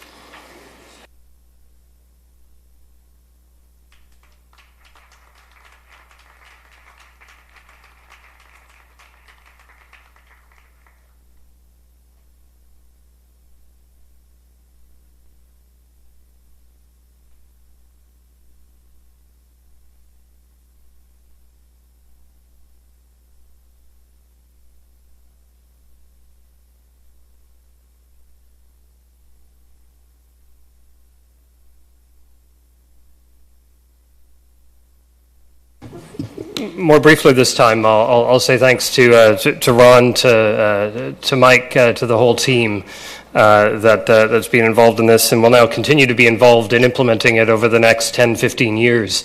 I remember some early calls that I had with John Griffin on this project, who had suggested that we try something a bit different here, and wanted to make sure I was okay with trying something a bit different. Rather than doing street by street, we take the neighborhood as a whole and try to make sure that we had an opportunity to plan a broad vision and then do the pieces rather than take them in parts. It was unusual for us, but I think this recognition today shows just how important it is to try something a little bit different, take a broader view, build a big picture, build some broad support, and then start being able to put that into action over time. So I thank John initially for his thoughts on that, and Ron, to your whole team. Dan's here today, Mike's doing the heavy lifting, but we really appreciate the work and the willingness to think a little bit differently, and it really shows in the product we were able to extract through the master plan project that we did. Definitive thanks to the staff and the leadership team, but also thanks around the horseshoe here to Councillor Henry and as chair of the SSP and ward council for that area. Thank you. Next up, Award of Awards. We go to the consent motion, and we have 3 items on the consent motion. Everybody okay with those? So we want to move the consent motion. Councillor Henry, Councillor Whaley, all those in favor? That's all of us. Thank you, and thanks to the staff on the Neighborhood Matching Fund, again investing, what number? About $20,000 $21,000, $21,900 in 9 different projects throughout the city. So thank you for all the work on that. Next up, staff reports. Item number 1, Fire Rescue Services, automatic aid agreements, update, Wilmot Township, Woolwich Township. Welcome, Chief.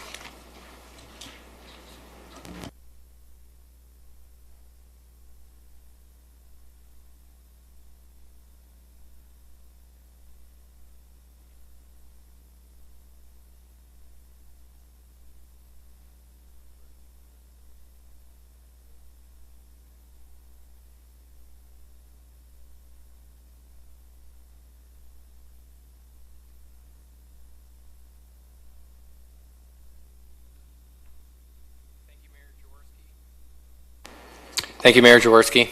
Now, Chair Bork. Good afternoon, Mayor Jaworski, members of council, citizens attending this afternoon's council meeting, senior and fellow staff of the City of Waterloo. I'm pleased to present the Community Services Report, Fire Rescue Services Automatic Aid Updates Agreement for Wilmot Township and Woolwich Townships. As you may recall, on April 10th of 2017, I presented a report to Council essentially requesting much of the same direction requested in this report to advance automatic aid agreements, to return on or before this day, and advise Council accordingly of the status of automatic aid, if not to advance such agreements. This report generally is requests the same as I stated, highlighted by the request for additional time based upon 2 factors. Following the report I presented to Council on April 10th, Fire Rescue Services welcomed the opportunity on behalf of Wilmot Township to review the type of automatic aid response that they were initially requesting, and we had worked with them in addition to the request for additional properties. Such requests were received, again, after I presented the report on April 10th, and with this understanding, Fire Rescue Services was required to revisit the planning and risk assessment effort to advance automatic aid for both townships as a whole, for Wilmot Township and Woolwich Township. So again, additional time is required to finalize this project, and I'll highlight some of that in the presentation today. I further note that Fire Rescue Services, in consultation and working with our senior staff and both of the townships, we have made progress in numerous areas also identified in this report. Before we begin, it is a positive step that I'm requesting here, Fire Rescue Services requesting, and Council has been made aware of, to advance automatic aid, if not to supplement existing mutual aid agreements. And as presented in the previous presentation, I really wanted to reiterate back to you that all properties in the region of Waterloo are covered by mutual aid response, which is one of the key points for us here. And what that means is that any fire department, including Waterloo, can request the services of an adjacent fire service for any type of emergency, and that will continue. The types of automatic aid response are important to revisit in this presentation as well. The first is full service agreement. The second is first response to fire or report of fire, and also other agreement. In my view, and in consultation with both townships, this agreement that we're proposing is an other agreement under automatic aid, and that is defined as serving the needs of the requesting community and the capacity and capacities of the communities receiving and providing the service. That essentially was the intent of this project and exercise as requested by Council last year, to look at whether or not Fire Rescue Services can provide automatic aid to the townships. And so again, I would like to highlight the benefits of automatic aid. In summary for you, it's based upon the quickest available fire station to immediately respond to report a fire, the assembly time of an adequate fire attack team. Again, Waterloo Fire Rescue will be responding based upon our current policies in keeping with staff training and responsibilities at a fire scene. And also the benefits are that equipment and personnel are made available in an automatic sense. And so the as identified in the previous and this current report, I acknowledge that such response or automatic aid response and the benefits therein are dependent on the availability of the resources in the City of Waterloo, meaning that we could be at other responses or emergencies already within the City of Waterloo, and those benefits would potentially change as it relates to response time. So it's important to note that we are also serving the entire City of Waterloo should Council approve the addresses identified in this report. So establishing geographic response zones in Wilmot and Woolwich Township, there was a significant process that had taken place. And again, this was in consultation with Wilmot and Woolwich Fire Department and their chief officers, in addition to our senior staff in the City of Waterloo. So as part of that process, Fire Rescue Services looked at the initial and subsequent requests for the type of automatic aid response and the total number of addresses.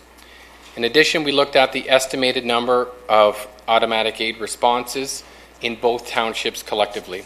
We also looked at the type of occupancies we'd be responding to, and that designed the level of response, either confirmed structure fire, which will be for all properties, and as well in some cases the activation of a fire alarm to such properties. We also looked at the projected response times of the first in unit and secondary units with Fire Rescue on behalf of Fire Rescue Services, and the same for the first in unit in particular with Wilmot Township and Woolwich Township.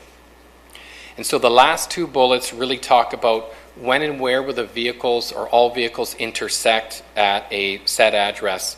And that's to look at what's called fire ground force and effectiveness, and that's the relationship between the amount of time it takes to respond, the number of personnel responding, and their setup time on scene.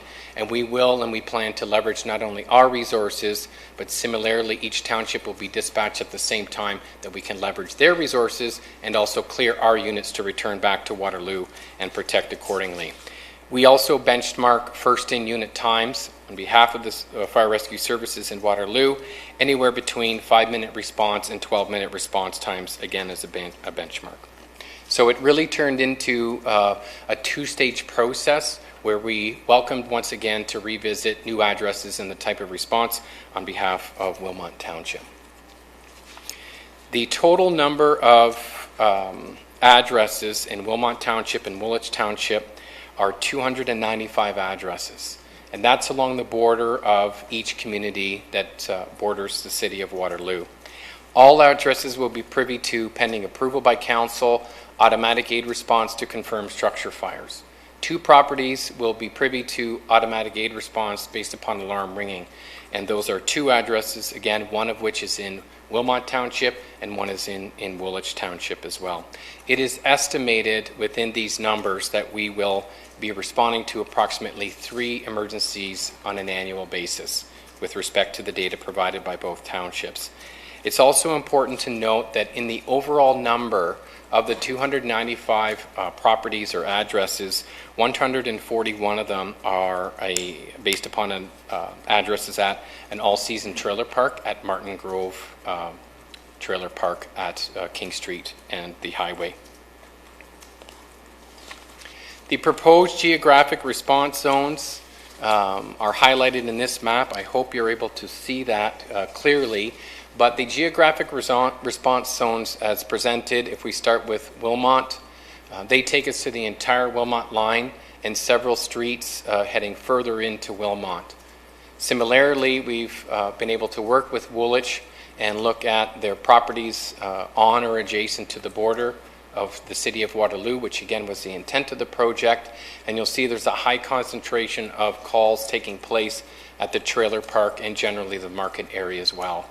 In each circumstance or proposed agreement, we see that we are responding to addresses in each community that take us outside of the borders of the City of Waterloo, yet cognizant of trying to stay close to our borders, which again is the intent of this automatic aid agreement. Next steps really are highlighted by the recommendations to Council. This report requests that Council approve the report, highlighted by the extension of time taking us to November 1st, 2017 to advance such agreements. In addition to completing the formal planning effort to prepare and operationalize agreements effective November 1st, 2017 through to October 31st, 2021. From there, we request that Council direct Fire Rescue Services to revise the City of Waterloo Fire Rescue Services Fire Department establishing and regulating bylaw to be concurrent with such agreements, and again to return to Council to review the compatibility and experience of independent automatic gate agreements between both townships in 2021. And with that, I conclude with the report for Council this afternoon and welcome any comments or questions you may have regarding this report and presentation. Thank you, Chief. Questions from Council? We do have two delegations coming here. Question from me. Waterloo North Hydro Building, which is just on the outside of the, how does that fit in? Chair Jaworski, that property is part of the automatic gate addresses included on Country Squire, and the first in unit would be Station 4 responding to that property. Thank you. And David Fisher residence and a couple of other, or at least one other high vulnerability area, you would do a full plan for those types of vulnerable occupancies? Chair Jaworski, thank you for your question. We will be working with either township for either property they've identified for alarm ringing, including the David Fisher residence. Number one, we'll be looking at their fire plan that is created by the staff of each residence, each resident, if you will, in addition to doing what we refer to as a tactical pre-plan for not only that addresses, but certain addresses that require additional information other than a typical residence for response. So the question relates to all occupancies that are diverse in nature, either by the use of the occupancy and or access. Okay, thank you. Okay, thank you, Chief. You're welcome, thank you. First up delegation is Kevin Thomason. Welcome, Kevin.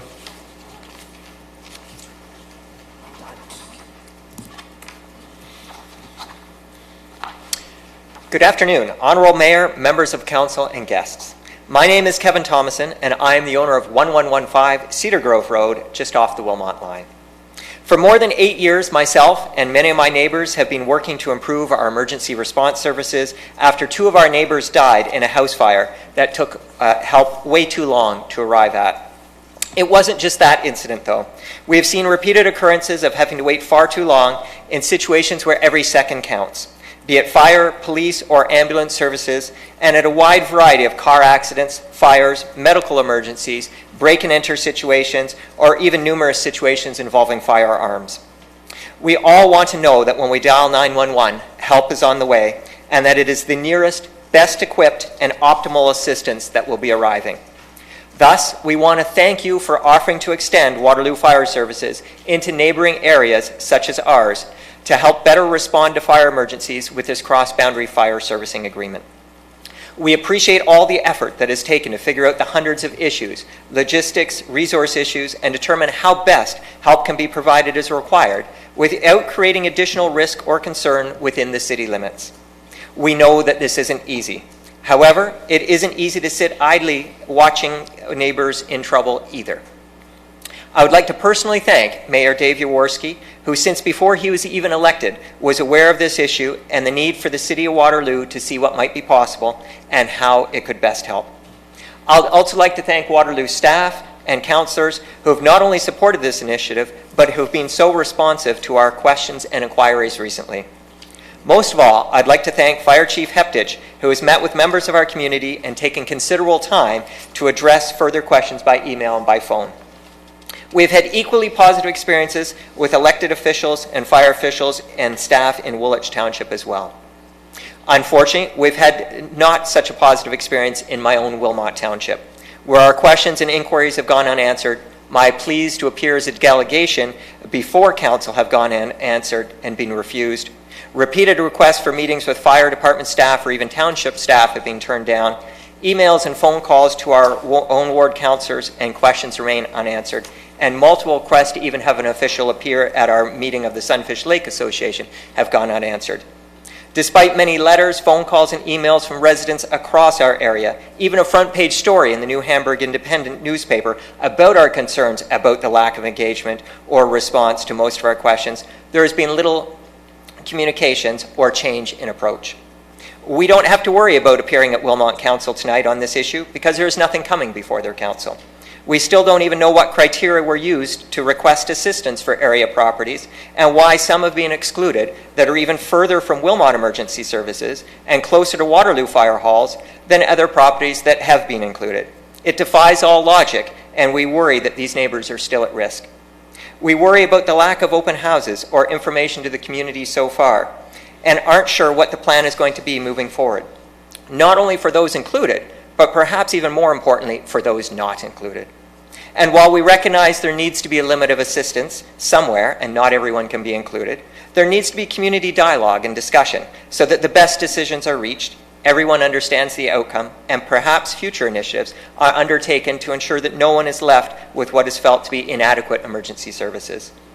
It is quite a feeling not to have the same peace of mind and security having the same fire, police, and ambulance services that most people in Waterloo region take for granted and don't even give a second thought to. It would have been nice to have some open houses and more community engagement to date. However, we realize that most of this onus is on the townships requesting assistance and not on the City of Waterloo, who is so generously extending these life-saving services. So in conclusion, thank you for all the initiative, time, effort, and work that you've put into this agreement and offering these services to us. It means so much to us, and these are life and death issues.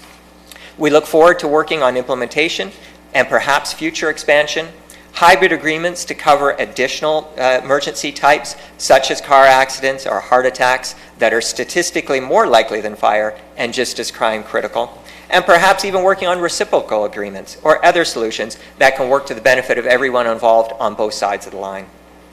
Thank you for doing what you can to help ensuring the highest possible level of safety for us. Thank you.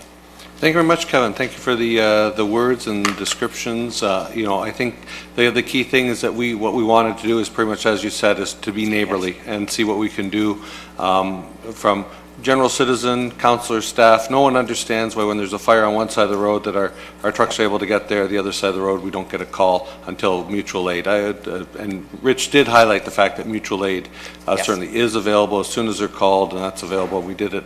The automatic aid, we start with a token amount of only $1,000 per call, so $3,000 per year for all those households, and see where we can go. And then at the region, certainly adding ambulance for the townships last year, and we'll see the construction of the new north headquarters at the between the landfill site and Hurley's right by later on this year. So that'll be great for the townships and for Waterloo residents as well. Questions for the delegation? Seeing none. Thank you, Kevin. Excellent. Thank you. Yeah. And next up, I see you're moving towards the thing. Deb Sudrovich, welcome. Good afternoon, Mayor Jaworski, councillor, staff, and guests. My name is Deb Sudrovich, and I live at the north end of the Wilmot line in the City of Waterloo. I'm here this afternoon to thank Mayor Jaworski for taking that first step to present a motion to council that has now resulted in an automatic aid agreement between the City of Waterloo and the townships of Wilmot and Woolwich Fire Services. I'd also like to thank council for unanimously supporting the motion, and especially Chief Heptich for working hard to make this happen. It has been 8 years since my neighbors, Mr. and Mrs. Vogel, died in a fire at their home on Wilmot Line, waiting for help. On October 26, 2009, 911 received a call from their residents, but the call was dropped. 911 called back, but the line was dead. Once the call was dropped, it was considered a non-emergency, but a police officer from New Hamburg Detachment was dispatched. The police officer, on seeing that their home was on fire, called 911. 911 contacted the Baden Fire Department. The truck was dispatched once the required number of volunteer firemen were on the truck. All in all, it took 40 minutes for a truck to arrive. And shortly after that fire, a daughter of the Vogels walked onto my property in grief and really didn't know where to put her anger and about how long it took to come help her parents. Now, I understand that we may not have been able to save the Vogels, but because it only takes a City of Waterloo fire truck from Columbia Street 6 to 7 minutes to get to their property, in comparison to 15 to 20 minutes, we might have been able to help them.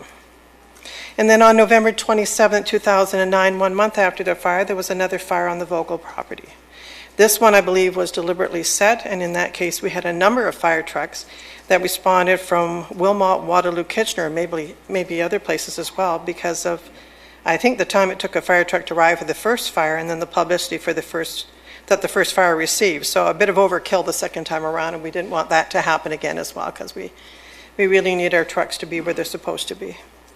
It was then that a few residents on both sides of Wilmot Line decided to take steps to try to improve the response times for Wilmot residents near the border of the Township of Wilmot and the City of Waterloo.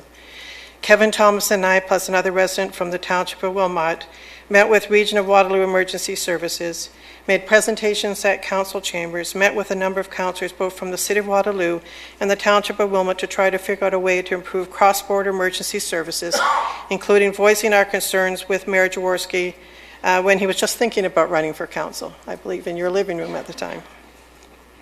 It has been difficult over the years knowing that the township residents needed better fire services, but as these things go, the region was revamping their emergency services.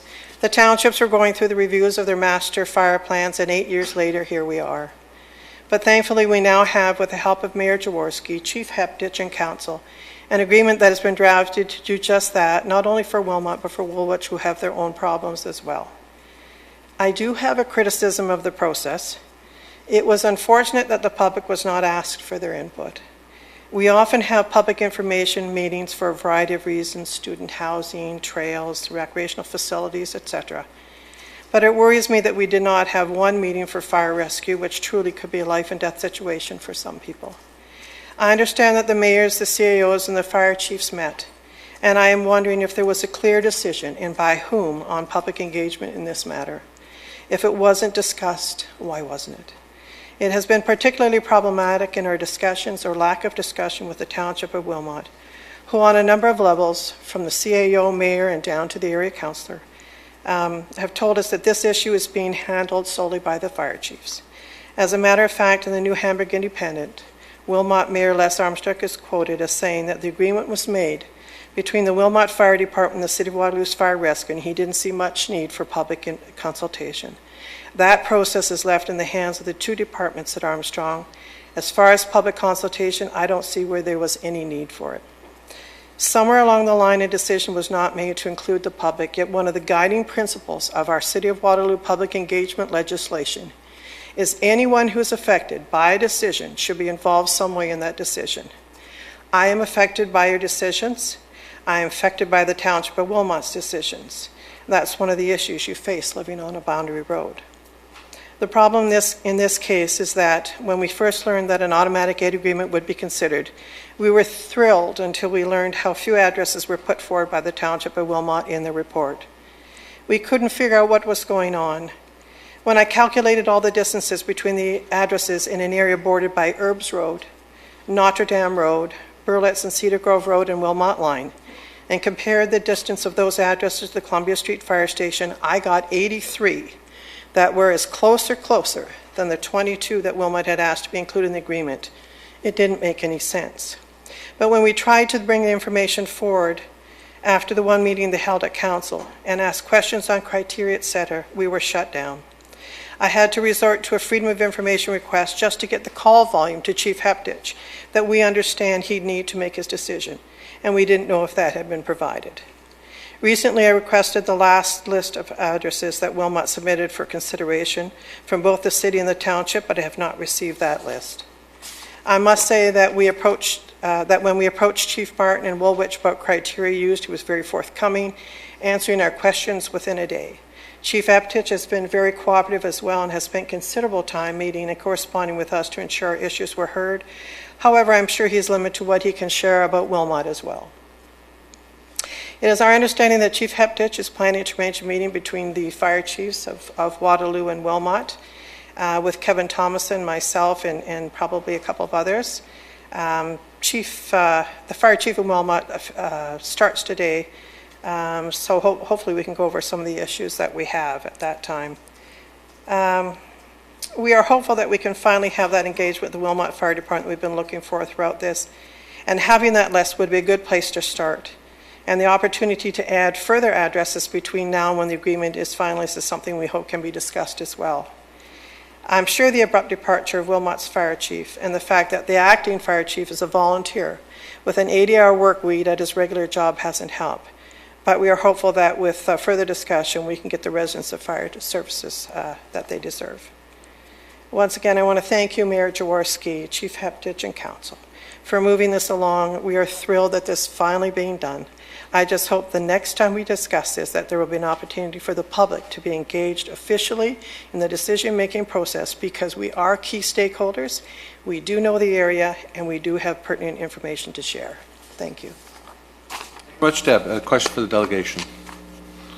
Seeing none, I'll give some perspective there. A lot of it was certainly technical decisions. I think when we first met to discuss this, what could we do?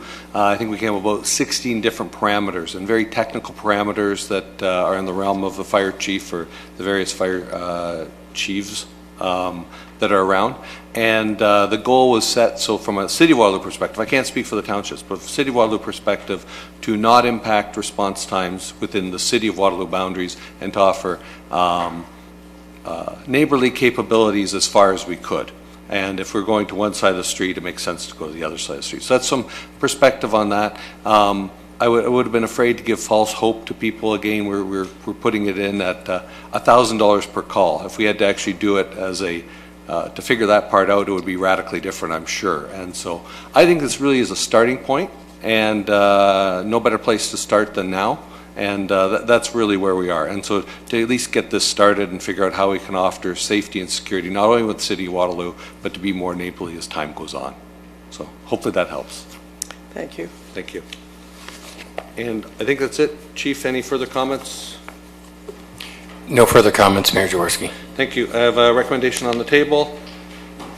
If anyone wants to move it, moved by Councillor Henry, second by Councillor Veith. Discussion? Seeing none, all those in favor? That's all of us. Thank you. And thank you, Chief, for the very, very, very hard work on this. I know it was, I know how tough it was with all the different parameters that we had to pull together, and it's not something we do every day. It's actually quite different than what we do every day. And I think this is a great first step for being neighborly with our townships. Thank you very much. My pleasure. I agree, and thank you to Council. Next up is the 2016-2017 Health, Safety, and Wellness Annual Report. Is Karen? Oh, sorry. Is she making a presentation? I see that there's a presentation by Karen. Maybe we moved too fast for her.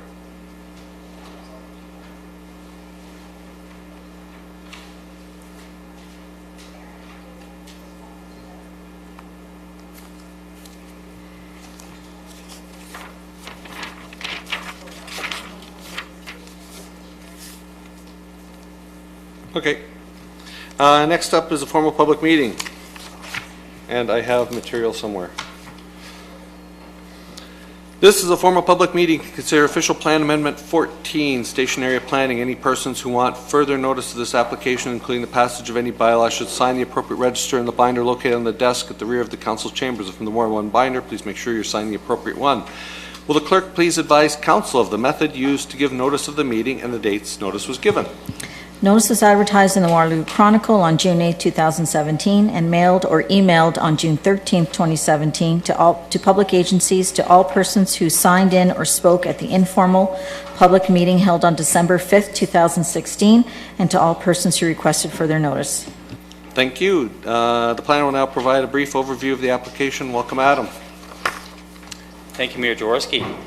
Good afternoon. I'm pleased to bring forward the official plan amendment that implements the station area plan. So the official plan amendment, as well as the station area plans themselves, are being tabled today. The project milestones for this project, we began with public consultation in 2015, which the public was quite interested in. At that time, there was a lot of construction going on related to ION, and a lot of community awareness, which was great for our project. In April of 2016, the draft station area plans were brought forward and tabled with council. followed by additional public consultation. And then in December, this past December, the informal public meeting for the planning framework that was intended to implement the station area plans, or the draft station area plans, was brought forward. There was additional public consultation, and happy that today we're tabling for consideration the station area plans as well as the implementing official plan amendment. So what's before you, I've identified those two items. The intent is for zoning, implementing zoning, to be brought forward with the comprehensive zoning bylaw, which is on target for being brought forward to council at the end of this year. So our intent is for station area zoning, proposed zoning, to be brought forward with through that process as well, or at the same time as that process. And then future implementation of the station area plans and the direction within those plans is intended to take place through future deliberations by council, through development charge projects or budgets, capital budgets, as well as development applications that would seek to implement the vision of stationary planning. Consultation to date, we've had about 300 in-person engagements, which we're quite happy about. We've met with over 30 landowners, which has been great, various committees of council, as well as a number of interest groups. So public engagement has been quite robust, kind of in person as well as online, and a little bit of radio work as well. So that's been very good. We're quite happy about that, and it has helped staff and our consultant understand the issue and work towards the final result that's proposed today. So thinking about the station area plans for a moment, they are setting, they're proposing a vision for the future in kind of 0 to 10 year time frames, then 10, 20, and 30 year time frames. So some of the items may be brought forward more quickly than others. Some may take 20 or 30 years in order to realize.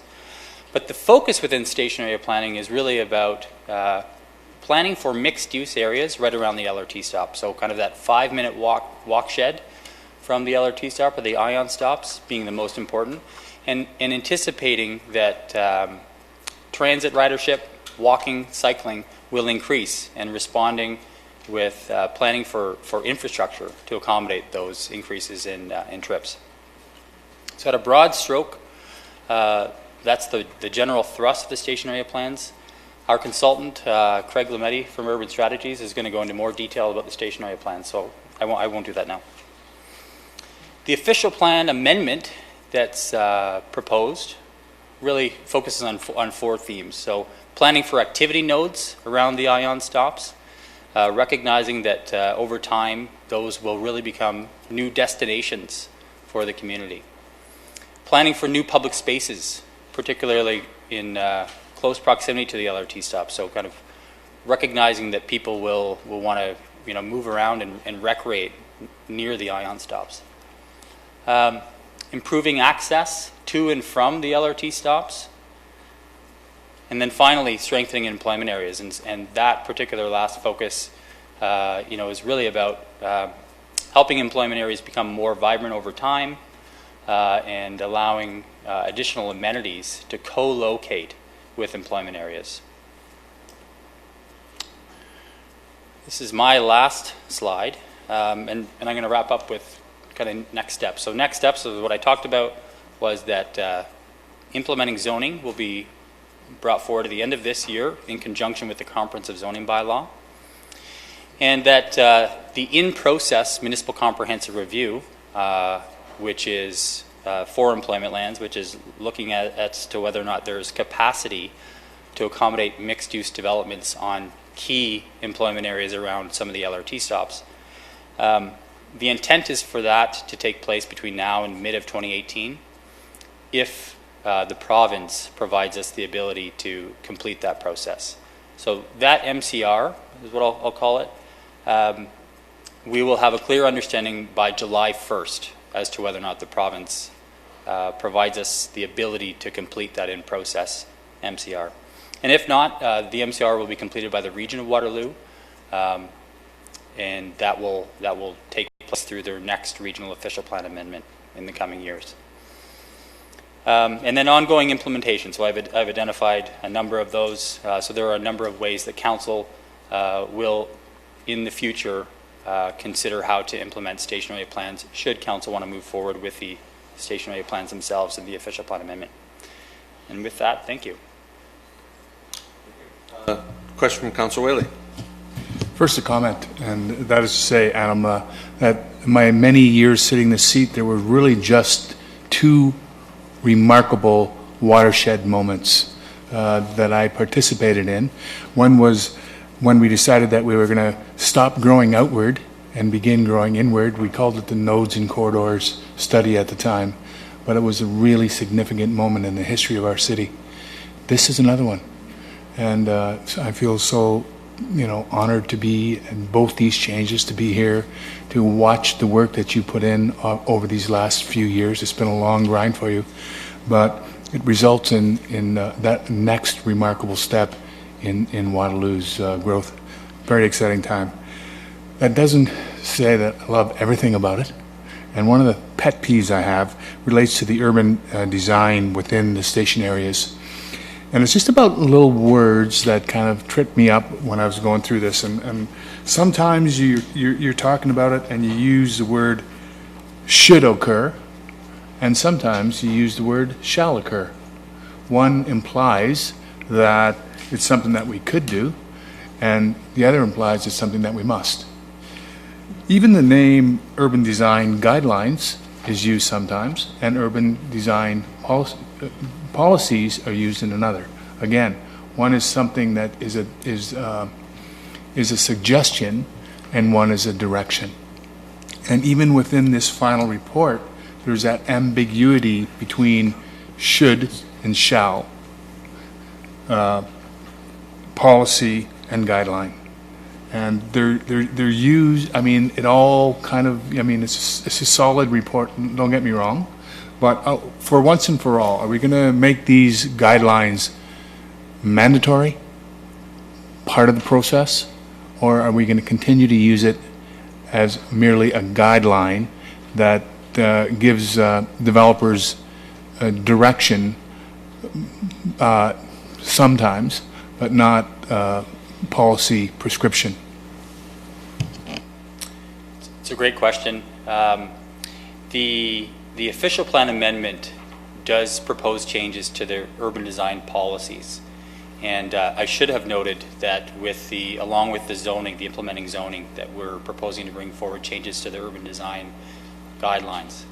And from my perspective, the policies, I don't want to get into a lot of specifics about the should and shall, because I don't know all of the context there, but the policies are designed to provide direction while allowing the urban design guidelines to get more specific. And so we're starting with the urban design policies at a higher level, and the work that's done that proposes to modify the guidelines by the end of the year, I would put forward should get more specific. But surely also within the policies there are, in some cases there are some directives that are shall,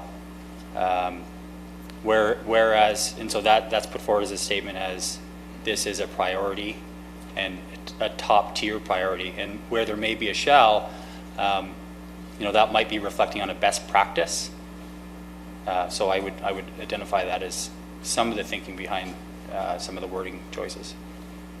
Well, I know you've given a lot of thought, and it's this is chapter 3 on city form, and I think it's something that we really, if we're really going to begin to put it as a priority, urban design as a priority, we got to move away from any suggestions to the development community and more direction.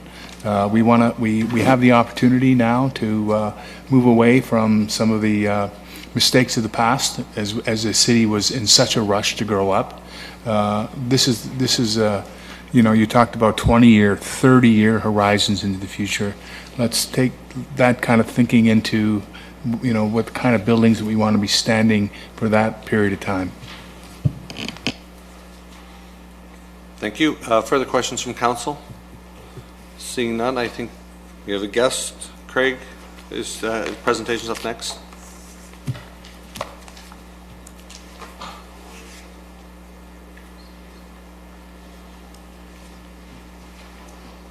Welcome, Craig.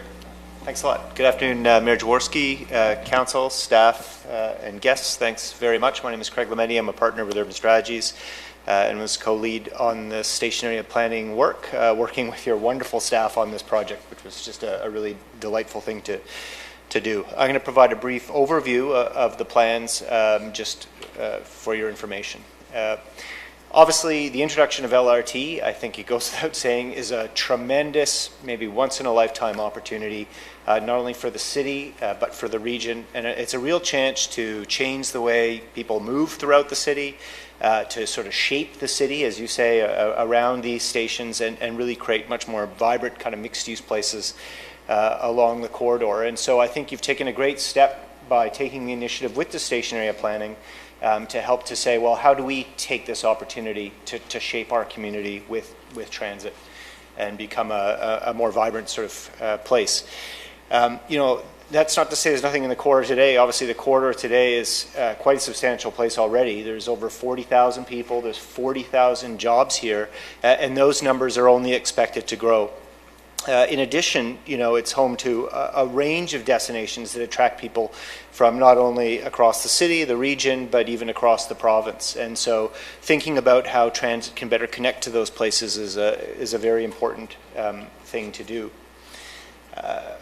Working with your staff and in consultation with the public, what we did was we pulled together a family of plans, and what that really included were some sort of corridor-wide upfront sections that included just an introduction to the plans, corridor-wide considerations, which also had some design considerations in there as well.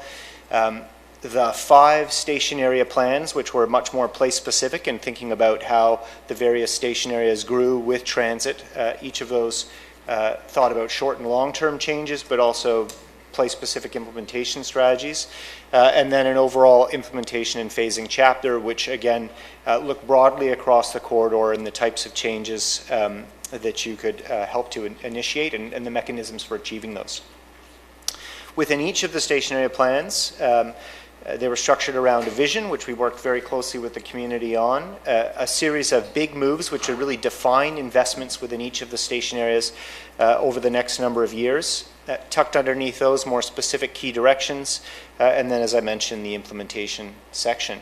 Now, I think Adam covered this really well, but we spent a lot of time working with the community through stakeholder engagement, open houses, and workshops. And I think we did a lot of work to try to make sure that what we heard through those consultations were really reflected in the plans. So hopefully, we feel that what comes forward is something people will see some of their comments reflected in, but it's been very useful to help shape those. The plans themselves are underpinned by 6 foundational elements, and I'll go over those relatively quickly. The first one here is really planning for activity nodes at the station, and this is really fundamental to creating much more active station environments, places where you have all that sort of activity leading to and from the station. It's about getting a higher densities, greater mix of uses, and really a series of street-related amenities that can help to enliven these places. Very importantly, this approach for planning these activity nodes is going to help to contribute to your ability to meet the growth plan planning targets for major transit station areas. So it's a very fundamental part of these plans. A majority of these station areas fall within very important employment areas in the city, and it's extremely important to protect those areas as place of employment, but also recognize that they need to become more competitive so they can become successful and continue to generate prosperity for folks within the city and the broader region. And so focusing on what could make these more competitive places was a key part of these plans as well. Key strategies included really increasing the number of amenities so that you could actually create places that employees wanted to work at, making sure that we enhanced access so people taking transit to their job could get to their job easily and not have to, walk a half kilometer to get around some sort of building to get to their place of work. And, part and parcel with creating more competitive employment areas, we built in the notion of considering permitting limited residential uses at very strategic locations right around the transit services in order to incentivize new investment, create 24 nodes of activity right at the station, and support the greater amenitization of these station areas. So that was a pretty important move that was integrated into these as well. Obviously, if you have transit, you want to get to it. The plans have a lot of recommendations about new streets, blocks, trail connections to support access to and from these stations. I think these could be public or private streets that connect to the stations. And there are a number of really important trails that run through these station areas, and so we identified opportunities to connect to those as well. With development and change comes the opportunity to create new public spaces, and the plans identified opportunities to create those. Those could be both public or private spaces that read like public places and help to provide further amenity within these station areas. There are also great opportunities for public art. Obviously, there's a lot of existing streets. It's not just about new streets within these station areas, and recommendations were made to enhance existing streets within them. And these was really seen as an opportunity to enhance the image of some of these station areas, create a setting for new investment, but really also think about how you could use the space on some of these streets in a way that actually helped to support more use by pedestrians, cyclists, more active and sustainable modes of transportation. So it was really about rebalancing these streets. And last but not least, they made recommendations about the redesignating select lands to leverage the LRT investment. This was really about encouraging redevelopment, supporting a greater mix of use and higher densities, particularly right at those critical locations, right at the transit stations. At the end of the day, what these plans were really about was taking a lot of disparate, very distinct areas that actually had very little relationship to each other, recognizing that running through them now is this transit investment, and then working to identify ways to refocus and reorient them around transit in a way that helps to reinforce these station areas as real important focal points within your community, leverage the distinct qualities of these places. That we didn't want to make these sort of cookie cutter all the same. Each one of these plans tries to respond to the distinct characteristics of the places around these stations, and very importantly, think strategically about how we could position these plans to foster economic development in a way that aligns businesses and new growth and economic development with transit. So just some final thoughts on next steps. Obviously, these things don't happen overnight. They take a long period of time, and I think this was a very important step. I think key critical next steps obviously include the approval of some of the OPA amendments, followed by the zoning updates that Adam mentioned. The plans identify a number of priority projects, I think about 10 of them, and so those are a great starting place to help to get the type of development and kickstart change within these station areas. And I think very importantly is to continue to engage the community, the business community, but the community at large as well, in a dialogue around how these communities continue to shape and grow themselves with transit investment. And I think it's something you've took a great start at, and it's something that you'll probably need to continue to do over the long period of time. So thank you very much. I really appreciate it. Thank you, Craig, for the presentation. Questions from council? I do not see anything. I'll now ask registered delegations to come forward. First up is Dan Curry, MHBC Planning.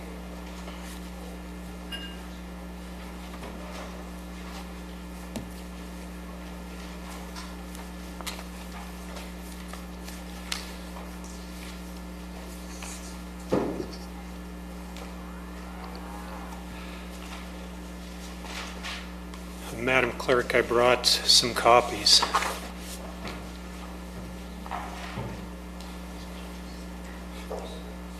I was hoping he said coffees. He can come back tonight for that. Well, given the time of day that you started, I appreciate you might want that. I had sent a copy of this around to all of you, but given the time you started your events today, I expect you haven't had a chance to read it. So it is the same letter that, if you do happen to see an email from me, it's the same one. And I'm here on behalf of McCurry Associates with respect to their property at 567 and 571 King Street North. And it's the area outlined in red on the picture on the screen. It's the corner of King and Northfield. Petro-Canada Station, the LCBO, I expect you're all familiar with it. What's that mean? With the area, not necessarily the facilities within. The McCurrys have participated in the station area planning process from the beginning. And in short, I really want to make just 3 points. The first of which is council and staff, you've run a very good process. This whole station area planning exercise, I think, has been very well done. I agree with Councillor Whaley. This is a significant step for the city. And my clients feel the same way. They support the station area plan. They support the vision. They support the official plan amendment that applies to their property, save and except for 2 small tweaks to the language, which is really why I'm here.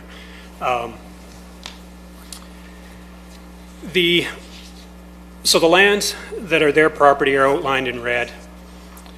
The official plan amendment proposes to apply a number of policies, but specifically the area outlined in white is proposed to be redesignated from corridor commercial to now mixed-use neighborhood commercial. So a much wider range of uses, which is the right approach. The one and there'll be a set of policies that are just specific to that area. And the one element that we're requesting a tweak on is that the official plan policies should direct that a maximum amount of floor space for primary uses should be shared among the policies within this special policy area. So what in a sense is happening is the official plan amendment will broaden the range of commercial uses that are available in that area, but it applies a total floor space cap for that entire area in white, which is fine. But what we're asking is that there be a slight tweak to the language such that it gives direction to the zoning bylaw that as these lands develop, one owner can't accumulate and hog, for lack of a better word, all of that commercial floor space, that there be a mechanism to allow for distribution.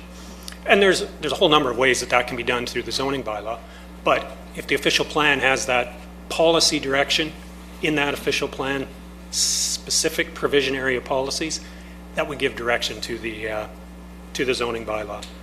So on that first point, what we're asking, so this is the text from the official plan amendment that's being proposed as it relates to specific provision area 60, that area I've outlined in white. And it's second bullet point 2, where it's just saying that in determining the compliance policy, which is setting up that maximum area, it be based on the collective amount of gross leasable area, excluding offices located within that area. And what we're asking is just add, provided further, that the zoning bylaw will incorporate regulations that provide for the allocation and distribution of this space within the specific provision area. Just provide direction that it'll be allocated fairly. And the other small tweak or minor amendment, I'll call it, is that the official plan policy should provide flexibility to recognize the floor space of existing commercial uses. So in addition, one of the policies that are being applied in this specific provision area, all of the properties that are within it, is that the primary uses except for office, are limited to a maximum floor space for each unit of 1,000 square meters. So all of the commercial uses going forward are limited to 1,000 square meters. So in some cases, the existing buildings or existing units are greater in size than that. So in the case of the McCrory property, the LCBO building is 1,250 square meters, so slightly above the 1,000 square meter limit. And so again, what we're asking for is just to tweak the language so that it recognizes there are these cases, and they can be dealt with appropriately through the zoning bylaw, but that as these sites, the McCrory property in particular, it will redevelop, and it's likely to redevelop on the south half where the Petro-Canada, the car wash are.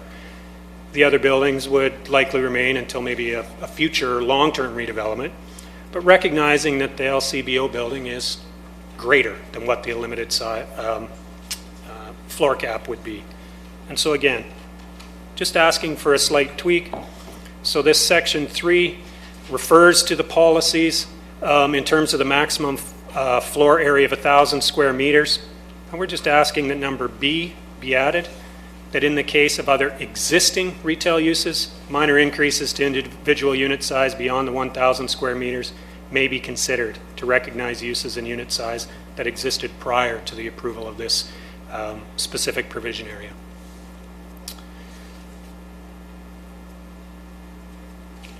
So with that, again, I reiterate that my clients and myself, this is the station area plan is, you should approve it. It's good, and specifically it's good for their lands, subject to ask that you would approve as part of your approval tonight those two wording changes. You can determine whether they're small or large that we're recommending. And with that, thank you very much for your time. Thanks, Dan, and thanks for sending it in earlier today at lunchtime. I know staff had a chance to take a peek at it. I don't know if you want to add comments. We do have questions up here. Go with the questions first, but staff have already had a peek. My question was simply, it makes sense what Mr. Curry's asking for. So how do we do that today? Do we just, in the approval, say with the amendment as provided by Mr. Curry, or how do we denote accepting of that? Yeah. So I'll ask Adam, perhaps, to weigh in. He's had a chance to look at it. Sure. Yeah, staff agree that the request is reasonable, and we're in agreement with putting it forward. I do have a slide. It looks like things have just gone dark. I have a slide that would help council should they want to consider what Mr. Curry put forward.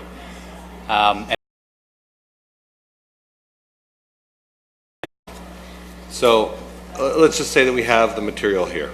Yeah. Okay. Suffice it to say we have the material here that is consistent with the request from Mr. Curry. Councillor Durrell, thank you. Thank you, through Mayor Jaworski. So I don't see an issue, and I'm happy to hear that staff believe it's a reasonable request. My question would be, and it's around C2, so like we can't look at that, but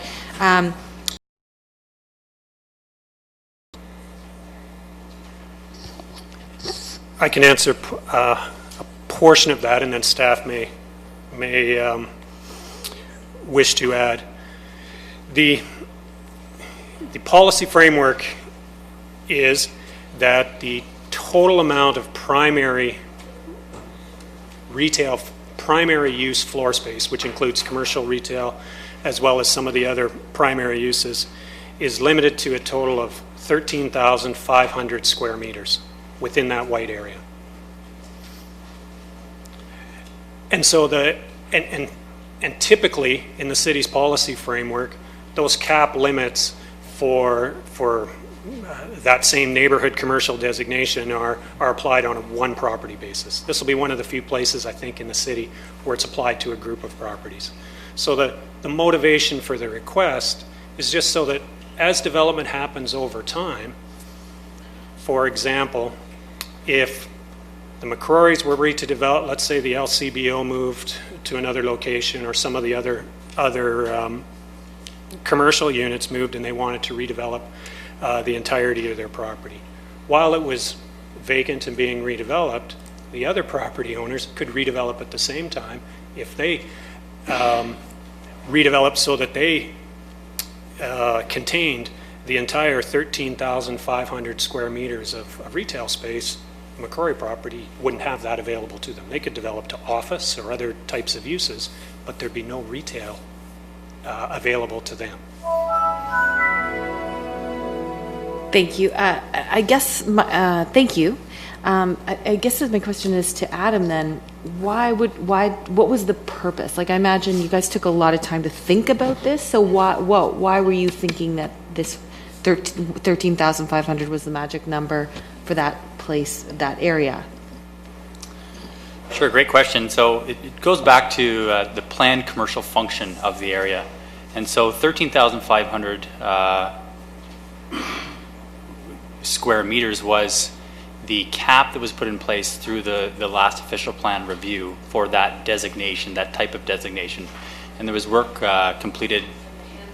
Yeah, there was work completed by a consultant that is an expert on commercial function, and they recommended that would be the cap. So if I take a step back and look at this area, Conestoga Mall has a lot of space and is really the primary commercial center. And so the intent behind this policy is to recognize that there are caps to be applied to the properties, given that there already is some commercial service, quite a bit of commercial and retail uses around the area, and so that these particular lands, while serving a commercial function, don't usurp other commercial properties. So in layman's terms, Conestoga College is the retail spot, and everything out from it can be a little mixture of everything, but that's where we want to cluster. Is that kind of what we're trying to do with these caps? Yeah, Conestoga Mall in this area is the primary commercial center, correct? Okay. Sounds like we're all good. Thank you very much, Dan. Thank you. Is there anyone else here today who wishes to speak to this application? You coming up, Carol?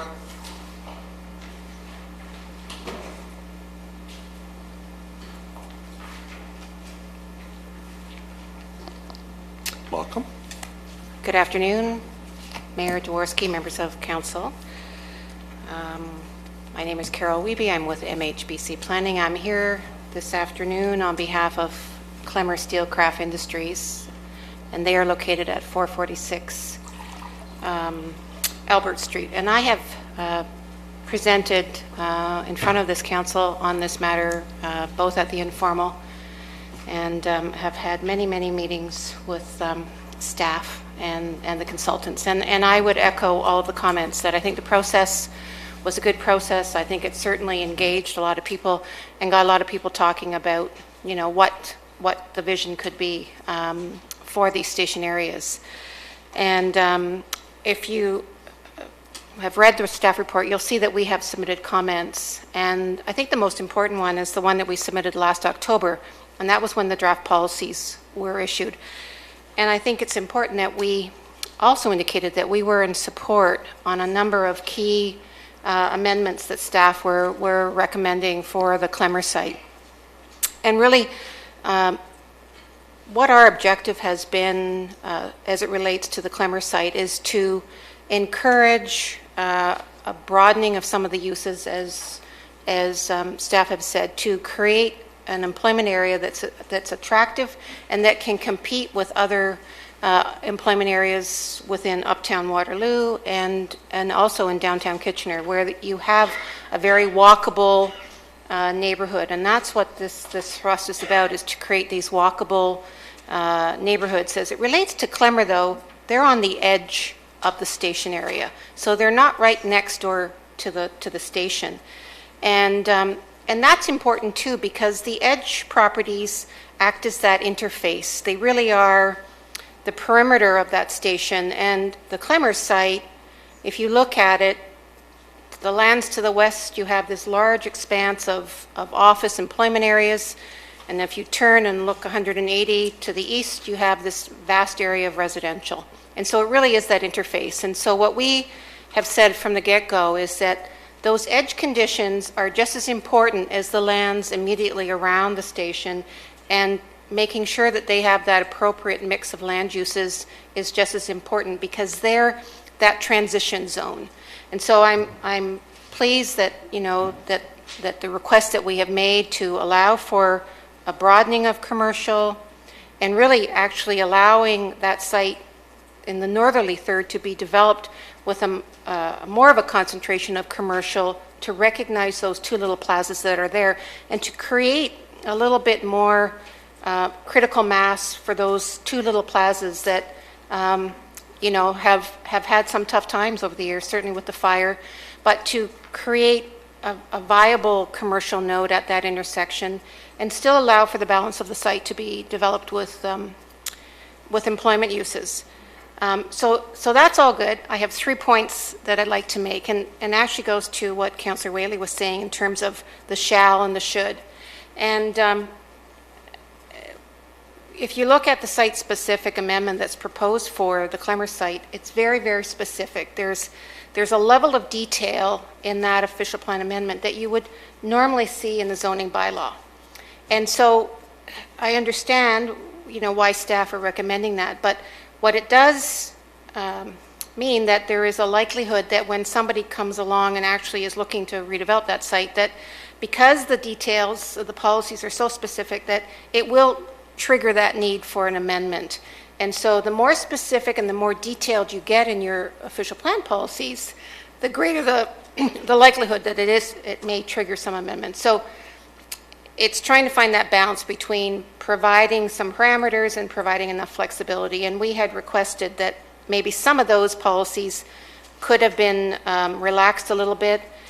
One in particular, there's a policy that says that any commercial development on the site must be developed concurrent with any employment uses. And we had asked that consideration be given for a very limited amount of commercial to be developed up front to sort of kickstart the development of that site. It's a large site, and if there could be some initial phase of commercial development right up at that north end, cap it. We had suggested 3,000 square meters, and that would just act as an impetus for the balance of the site. That wasn't recommended by staff. But I think it's important because there is really a lot of office in that area. And in order to see something spur on the site, that little kickstart we think is important. So that's issue number one. And again, I spoke about having some flexibility.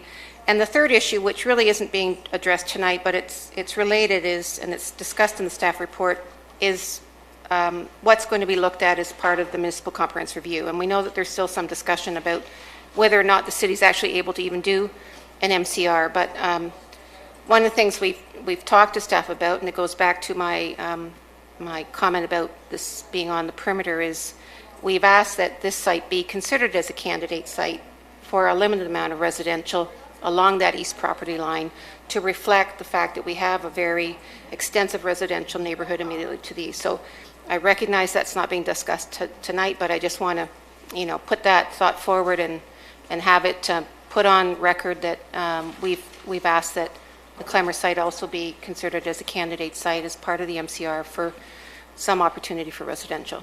Those are my comments.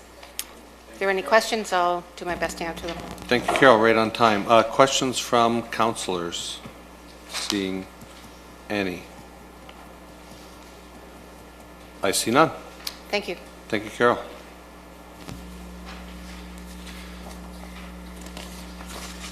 And I will do a last call for delegations. Seeing none? If there are no more delegations, this formal public meeting is concluded. The application is now open to council for motion and debate. And a reminder to council, when moving a motion, please state whether you're moving option 1 or 2 of the recommendations that you have on your desk, whether you agree with planning staff or disagree. So, yes, so questions? Yeah. Well, you can ask questions of staff now. Yeah, go ahead. Yeah. So, Councillor Freeman. Thank you. So I had a few questions. So kind of in the line with the last delegation from Ms. Wiebe, I had questions with regard to the zoning. In particular, I'm looking in my ward around the Northfield station. And, so it may be that the properties are kind of outside the boundaries of the area included in the special provision area, but I just wondered whether or not we'll consider that when we do the comprehensive bylaw review. So I'm kind of looking over towards Mr. Cotter, because I was thinking that the lands that are located north of Northfield and kind of between the two transit stations, they aren't covered in our station area planning. And yet, one would think that they would be substantively I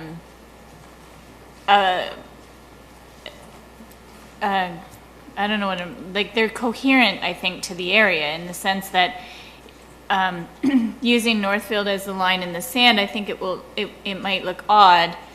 In particular, I'm thinking of the lands around Colby Drive, just at that very south end of Colby Drive, but immediately north of Northfield. And so that's kind of been a question mark for me as a part of this process. And I know that we defined the station areas, but I really think that there's going to need to be some zoning consideration with regard to applicable uses, similar to what Ms. Wiebe was saying when you go through the comprehensive bylaw review on the properties that border the edge of the station area around the Research and Technology Park, that in all likelihood we might want to consider some alternative uses that are close to that line. So I don't know, I just want to capture that. I don't want to lose sight of it, because I feel that Northfield is too artificial of a line around that particular node at King and Northfield. I guess that, if that makes sense. And because I mean, I can imagine a lot more mixed use potentially on the pieces that are slightly outside the station area. So that was the one thing I wanted to make sure that it would be covered in the comprehensive zoning review, and that if it doesn't get missed here, or whether it has to be here. Mr. Rapp seems to have an answer, a response anyways. Through your Mayor Jaworski to Councillor Freeman, we can set up a separate meeting to discuss where we're at with the comprehensive review as it relates to the area around Colby, and have that discussion with you. Absolutely. It might be some of the other border properties around. It might just be useful for not just me, but council to have that conversation, because I think that these lines in the sand are very tricky, and where the borders happen, we might want to have a little bit more permissible land use options in the zoning at those edges. Right. So those fringe properties, we can absolutely bring to the attention and have fulsome discussion at council when the comprehensive comes back. But in the meantime, we can have a separate meeting to describe what's going on in that particular area. And then my other question was with regard to some of the comments that we had received around the Conestoga transit area from, I don't know how it's listed as Schluter Holdings or, but it's, one of the things that I thought was really fascinating is that when I have traveled to other parts of the world, there are businesses such as automotive sales that are right in the heart of a commercial, right in the heart of apartment buildings, literally. And really all they are is a showcase for an automobile, but that, for example, in Toronto at Yorkdale, that is the car dealership for those amazing electric cars. Tesla. The Tesla, yeah, the Tesla dealership for Toronto is in Yorkdale, and they don't have this traditional style of automotive sales, and so I just wonder if we're closing the door by not allowing that in this zoning to allow property owners to think differently around how they enter into that retail market. Great observation, and the proposal is treating those uses similar to the proposed direction for drive-through uses, in that as it relates to auto-oriented uses, the framework doesn't provide permission for those, but applications could be brought forward for council to look at in the future. The nice thing is that those are commercial properties. Schluter property, 551 King Street North, is a commercial property. And so what we talked about with Schluter was, without more specific details as to what a development application might look like, or a more specific concept, that we weren't providing the permission until they were ready to provide more details.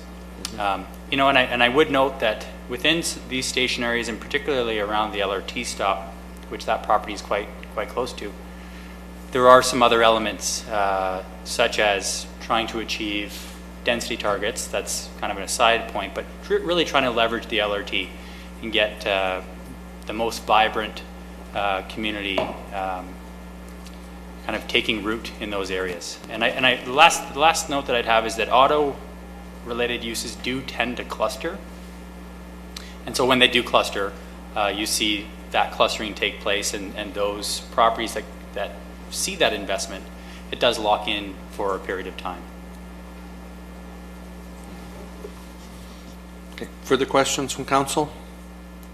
Seeing none, looking for Councillor Henry. So I'm prepared to move A here, having considered all written and oral submissions from the public and stakeholders and considered the professional opinions of planning staff, council approves official plan amendment number 14 in accordance with report IPPW 2017-034 with whatever amendment is necessary to reflect Mr. Curry's delegation of items which staff agree are reasonable to so include. And I'd look to the clerk for help on what the heck those words are. Second by Councillor Durrell. Go ahead. So recommendation number 2, as printed on the agenda, we would just continue on the last sentence where it says OPA 14.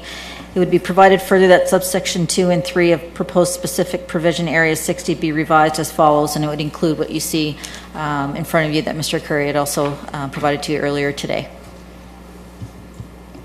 Okay, thank you.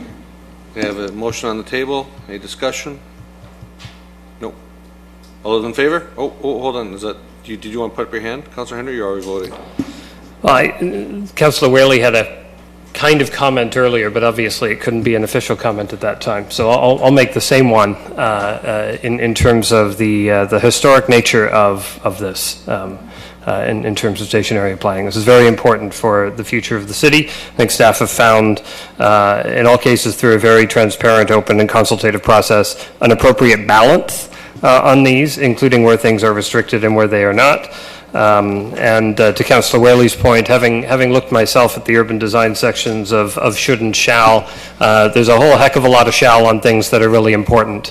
And I think that will come through in subsequent approvals because certainly a high level of urban design is critical to the success of making attractive spaces that will make these plans succeed.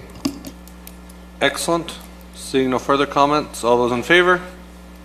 Seeing none opposed, that's great. Thank you to the team, to Adam, Cam, Scott's team, all the rest who put time in on this year and a half of work. That was been fantastic, set the way forward. Thank you. Next up.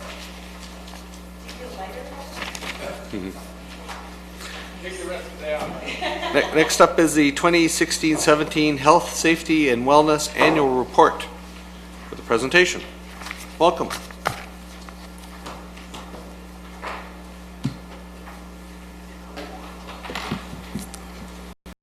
Good afternoon, Mayor Jaworski and members of council. I'd like to just say a few words before we launch into the report. I'd like to introduce our new staff within the health and safety function. Sophia Doe is our corporate health and safety consultant, and Susan Bradley, our health and safety, disability and wellness consultant. With these two specialties, we're able to focus on some more specialized program development. We're looking at, of course, developing programs and policies and training in response to changing legislation and needs of our operations. But in addition, we have an ability now to focus on disability and wellness and take more proactive approaches to managing our risks and our costs in these areas. So we're continuing to build a very comprehensive system. looking at new areas such as mental health and also more emphasis on risk assessment and hazard analysis. So at this time, we'd be happy to answer any questions you may have about the report. Okay, thank you. Does council have questions before I do? Comment? Do you want me to ask a question or you want to comment first? Go ahead. I don't have a question, I have a comment at the appropriate time. Okay. I do have a question. In the appendix, it essentially shows that overexertion is the number one issue that we face. I think in 2015 is 27% overall, and same in 2016. And overexertion would, at least my thought would be, that seems to be a very preventable one, and through education and that, yet it's our most prevalent one. Is there an option here? Are there things that we're doing to prevent that, or maybe I'm misunderstanding what overexertion actually means? Maybe you could give me some clarity on that. Okay, through Mayor Jarowski. With regards to overexertion, there's a number of different reasons why it happens. We've had a few incidents in the winter where something like a trailer is frozen and the person went to move it and they wrenched their back. That was sort of a weather thing that happened. We do try to, with our training, talk to people about making sure that they do proper bending, back care, that kind of stuff, that helps. But little things like, using the ice pounder on the rink. If we have a new staff person, that could be a new, unaccustomed strain for them for performing that job. We've had a few employees that in the course of their day or their job have put in a report that they've overexerted. We've actually been able to, through WSIB, get those claims put down to a first aid versus a healthcare. And again, reminding them that they're doing their regular job. If they're doing it properly, they know that they can ask for assistance whenever they need something. Things like torquing wheel rims in the cold, there's those sort of things that it really can be dependent on the weather and what's going on. We had, we do really try, when I tried to find out whether there was any trends, it's really difficult. Sometimes overuse of, an extremity, whether they're using their shoulder or their elbow, that kind of stuff. And it could be that it was an event that came up and they were doing more than they normally would. So. I do know when I was at the Service Center Open House, took the opportunity, as many citizens did, to see what was going on in there. And the staff were able to show me this new tool that they have that helps them with the torquing and makes it a lot better and easier on them. And so I think this council would certainly be supportive of things, tools and technology that can help eliminate these overexertions, which looks like one every 2 weeks we seem to have here. And if we could knock down that number, I think we'd all be pleased. Thank you. Comment from Councillor Whaley. I have a comment. Because your work is not citizen-facing, we don't hear a lot about the work that you do, but this report highlighted 9 specific initiatives this year that you guys took on that tried to focus on not just safety, but health. And with your new staff, we can expect that you'll even move into the area of wellness in the future. Your work's important. We don't talk about it enough, but it is important, and I commend you on these 9 initiatives and look forward to, with some extra help on your team, that there'll be some better things to come. Karen, congratulations on a good year's work. Thank you. Seeing no further comments or questions, I'll look for a mover. Councillor Whaley, Councillor Freeman. All those in favor? It's all of us. Thank you. Thank you, Karen and the team. Now, tonight, very, very late tonight, we'll be moving those bylaws, and also we have new business. Is there any new business people have that they want to mention now that we're not going to mention tonight? How come we're not going to move the bylaws now? So that... Because Councillor Freeman wants to come back for that. Right. Yeah. So we can't do how about we do everything but? No, we've been through that, but give it a shot. Yeah, there you go. Okay, we could take it separately if you want to come back. Okay, we just need to recess. We're recessed.